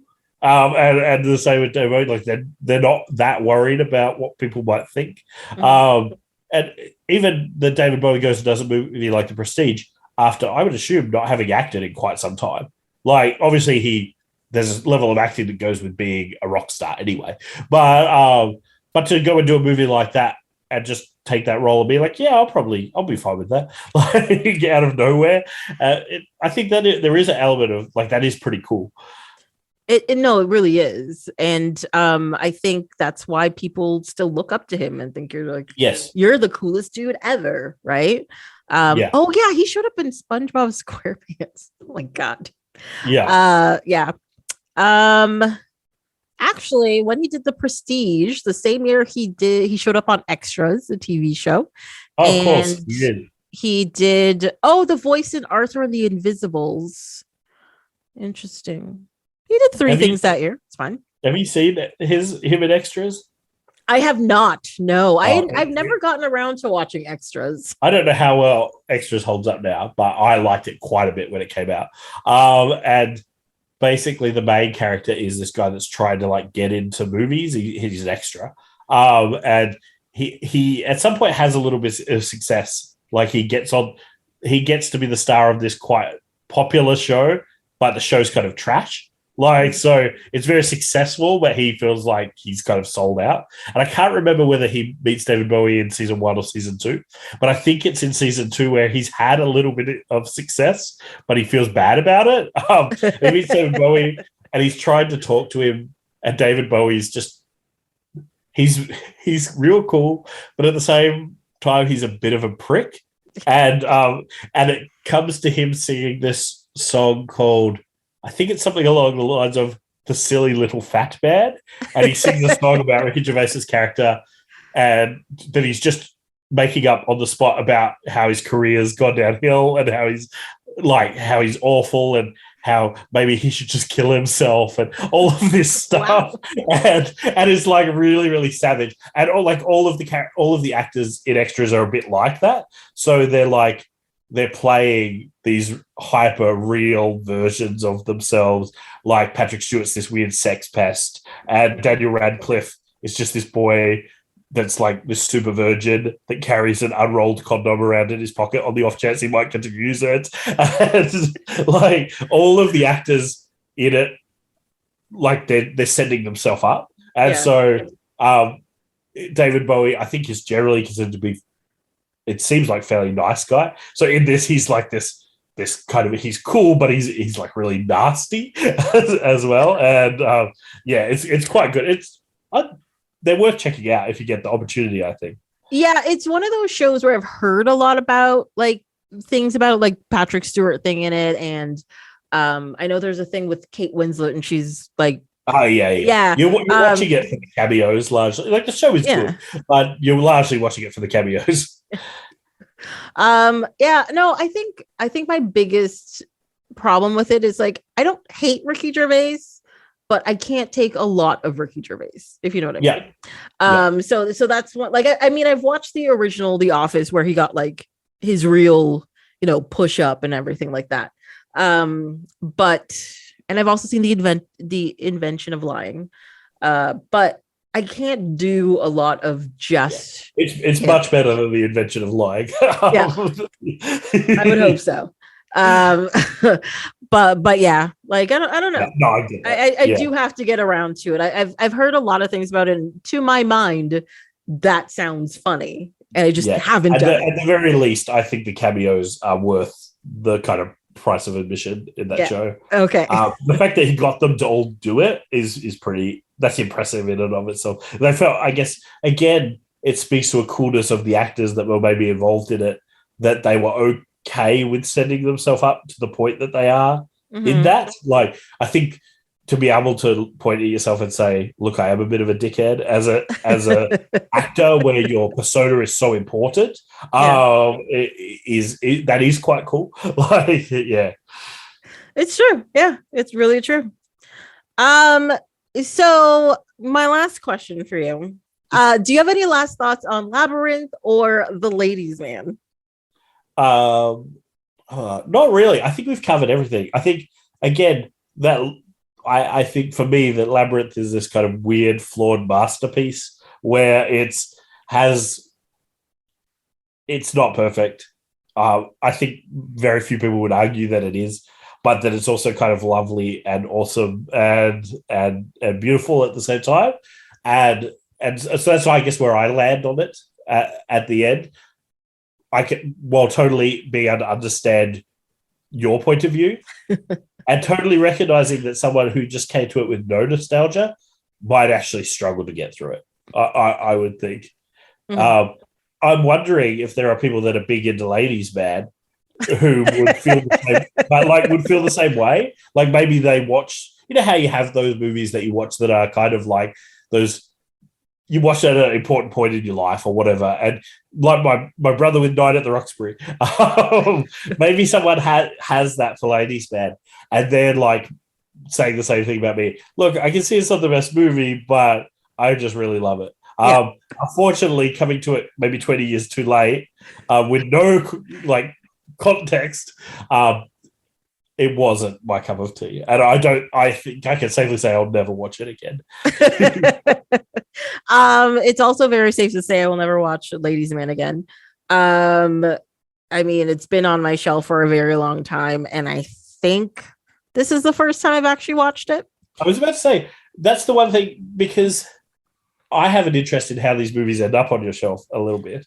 How did Ladies Man end up on your shelf if this is the first time you've watched it? So some like it's not a huge amount, but a few of the movies that are on my shelf were hand-me-downs from my brother, who you know he's a very digital person, so he adapted to everything not having a physical thing very quickly. And my brother has very bad taste in movies. Yeah. I mean, like my brother had some very bad. He did like this on like Pootie Tang, and trust me, don't look it up. You don't need to. I know. I've heard it's of fine. Pootie Tang. I hate it so much. But yeah, this is one of the movies where he's like, here, I don't want it anymore. You want it? I was like, all right, sure. And I honestly don't think I've ever either fully watched this movie or watched it at all. Because I watched this whole thing and I was like, none of these things are triggering anything. I didn't know who was in it. I mean, I remember the character, the Ladies Man, like, you know, his like the sound of his voice and the idea of the Ladies Man. So I probably just watched more SNL skits than the movie. Yeah. But nothing about this movie. There was a part of me that was thinking I was coming to this podcast and it was like, you were going to have this like real connection to Ladies Man, and I was like how harsh can I be on this movie? Like, is this one of Tracy's favorite movies? You kind of alluded to the fact you didn't think it was very good, so I was like, I think at least you can be like a bit like me with Labyrinth, be critical of it even while still liking it potentially. But I just wondered how it came to be on your shelf, because for me, most of the movies, because I also have quite a big collection of DVDs. But most of the movies, I'd say, like, are movies that like I really like, and that's why I went and got them.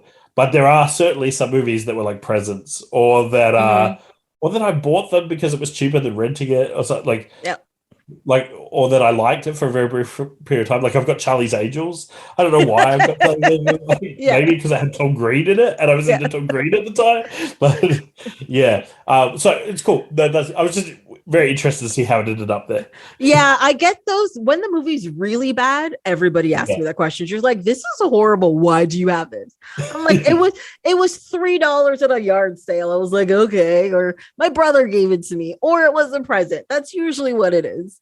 And I usually what's surprising is I usually remember how I got the DVDs, which I find really odd. Like there's always like some sort of anecdote, and usually if I don't remember why, it's because it's something that was just nothing that I cared about or given to me or something. I'm like, I don't know, it's just there.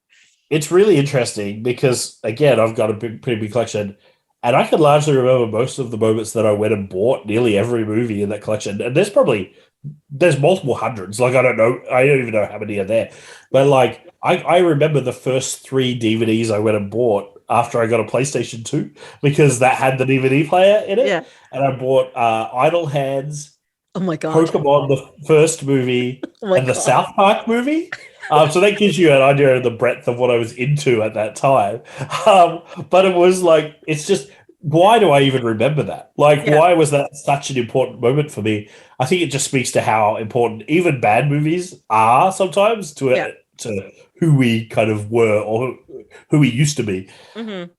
Yeah, the funny thing is I don't remember the first movies that I bought or why I bought them the first time, because I remember I do have 11 VHS tapes.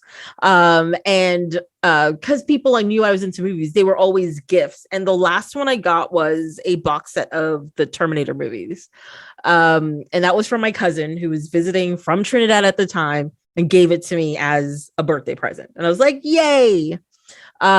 That I remember, but I don't remember when I switched to DVDs or which movies were my first ones. I wonder if it's a bigger deal for me because I bought the PlayStation 2 and that was like one of the first things I ever bought with like my own money. So I had a job at KFC and I bought the PlayStation 2 like when it came out. Like in the past, I had to rely on my parents to buy games consoles. I've got 3 brothers. We're all into video games, so we always had games consoles, but we never got one the day it came out. Like that was not a thing that we would have done. And so I had the PlayStation 2, and I feel like I'm like, okay, now I need some DVDs because I don't have any. Like, and then they weren't even that available yet because that was like very early DVD players. Yeah, like, DVD players were pretty expensive, and so. I feel like I went to the store and there were probably 30 to pick from. I picked those 3. So yeah. No, I totally get it. I have too many as well. There are definitely ones that have a closer place in my heart than others. So I have long stories about them and everything.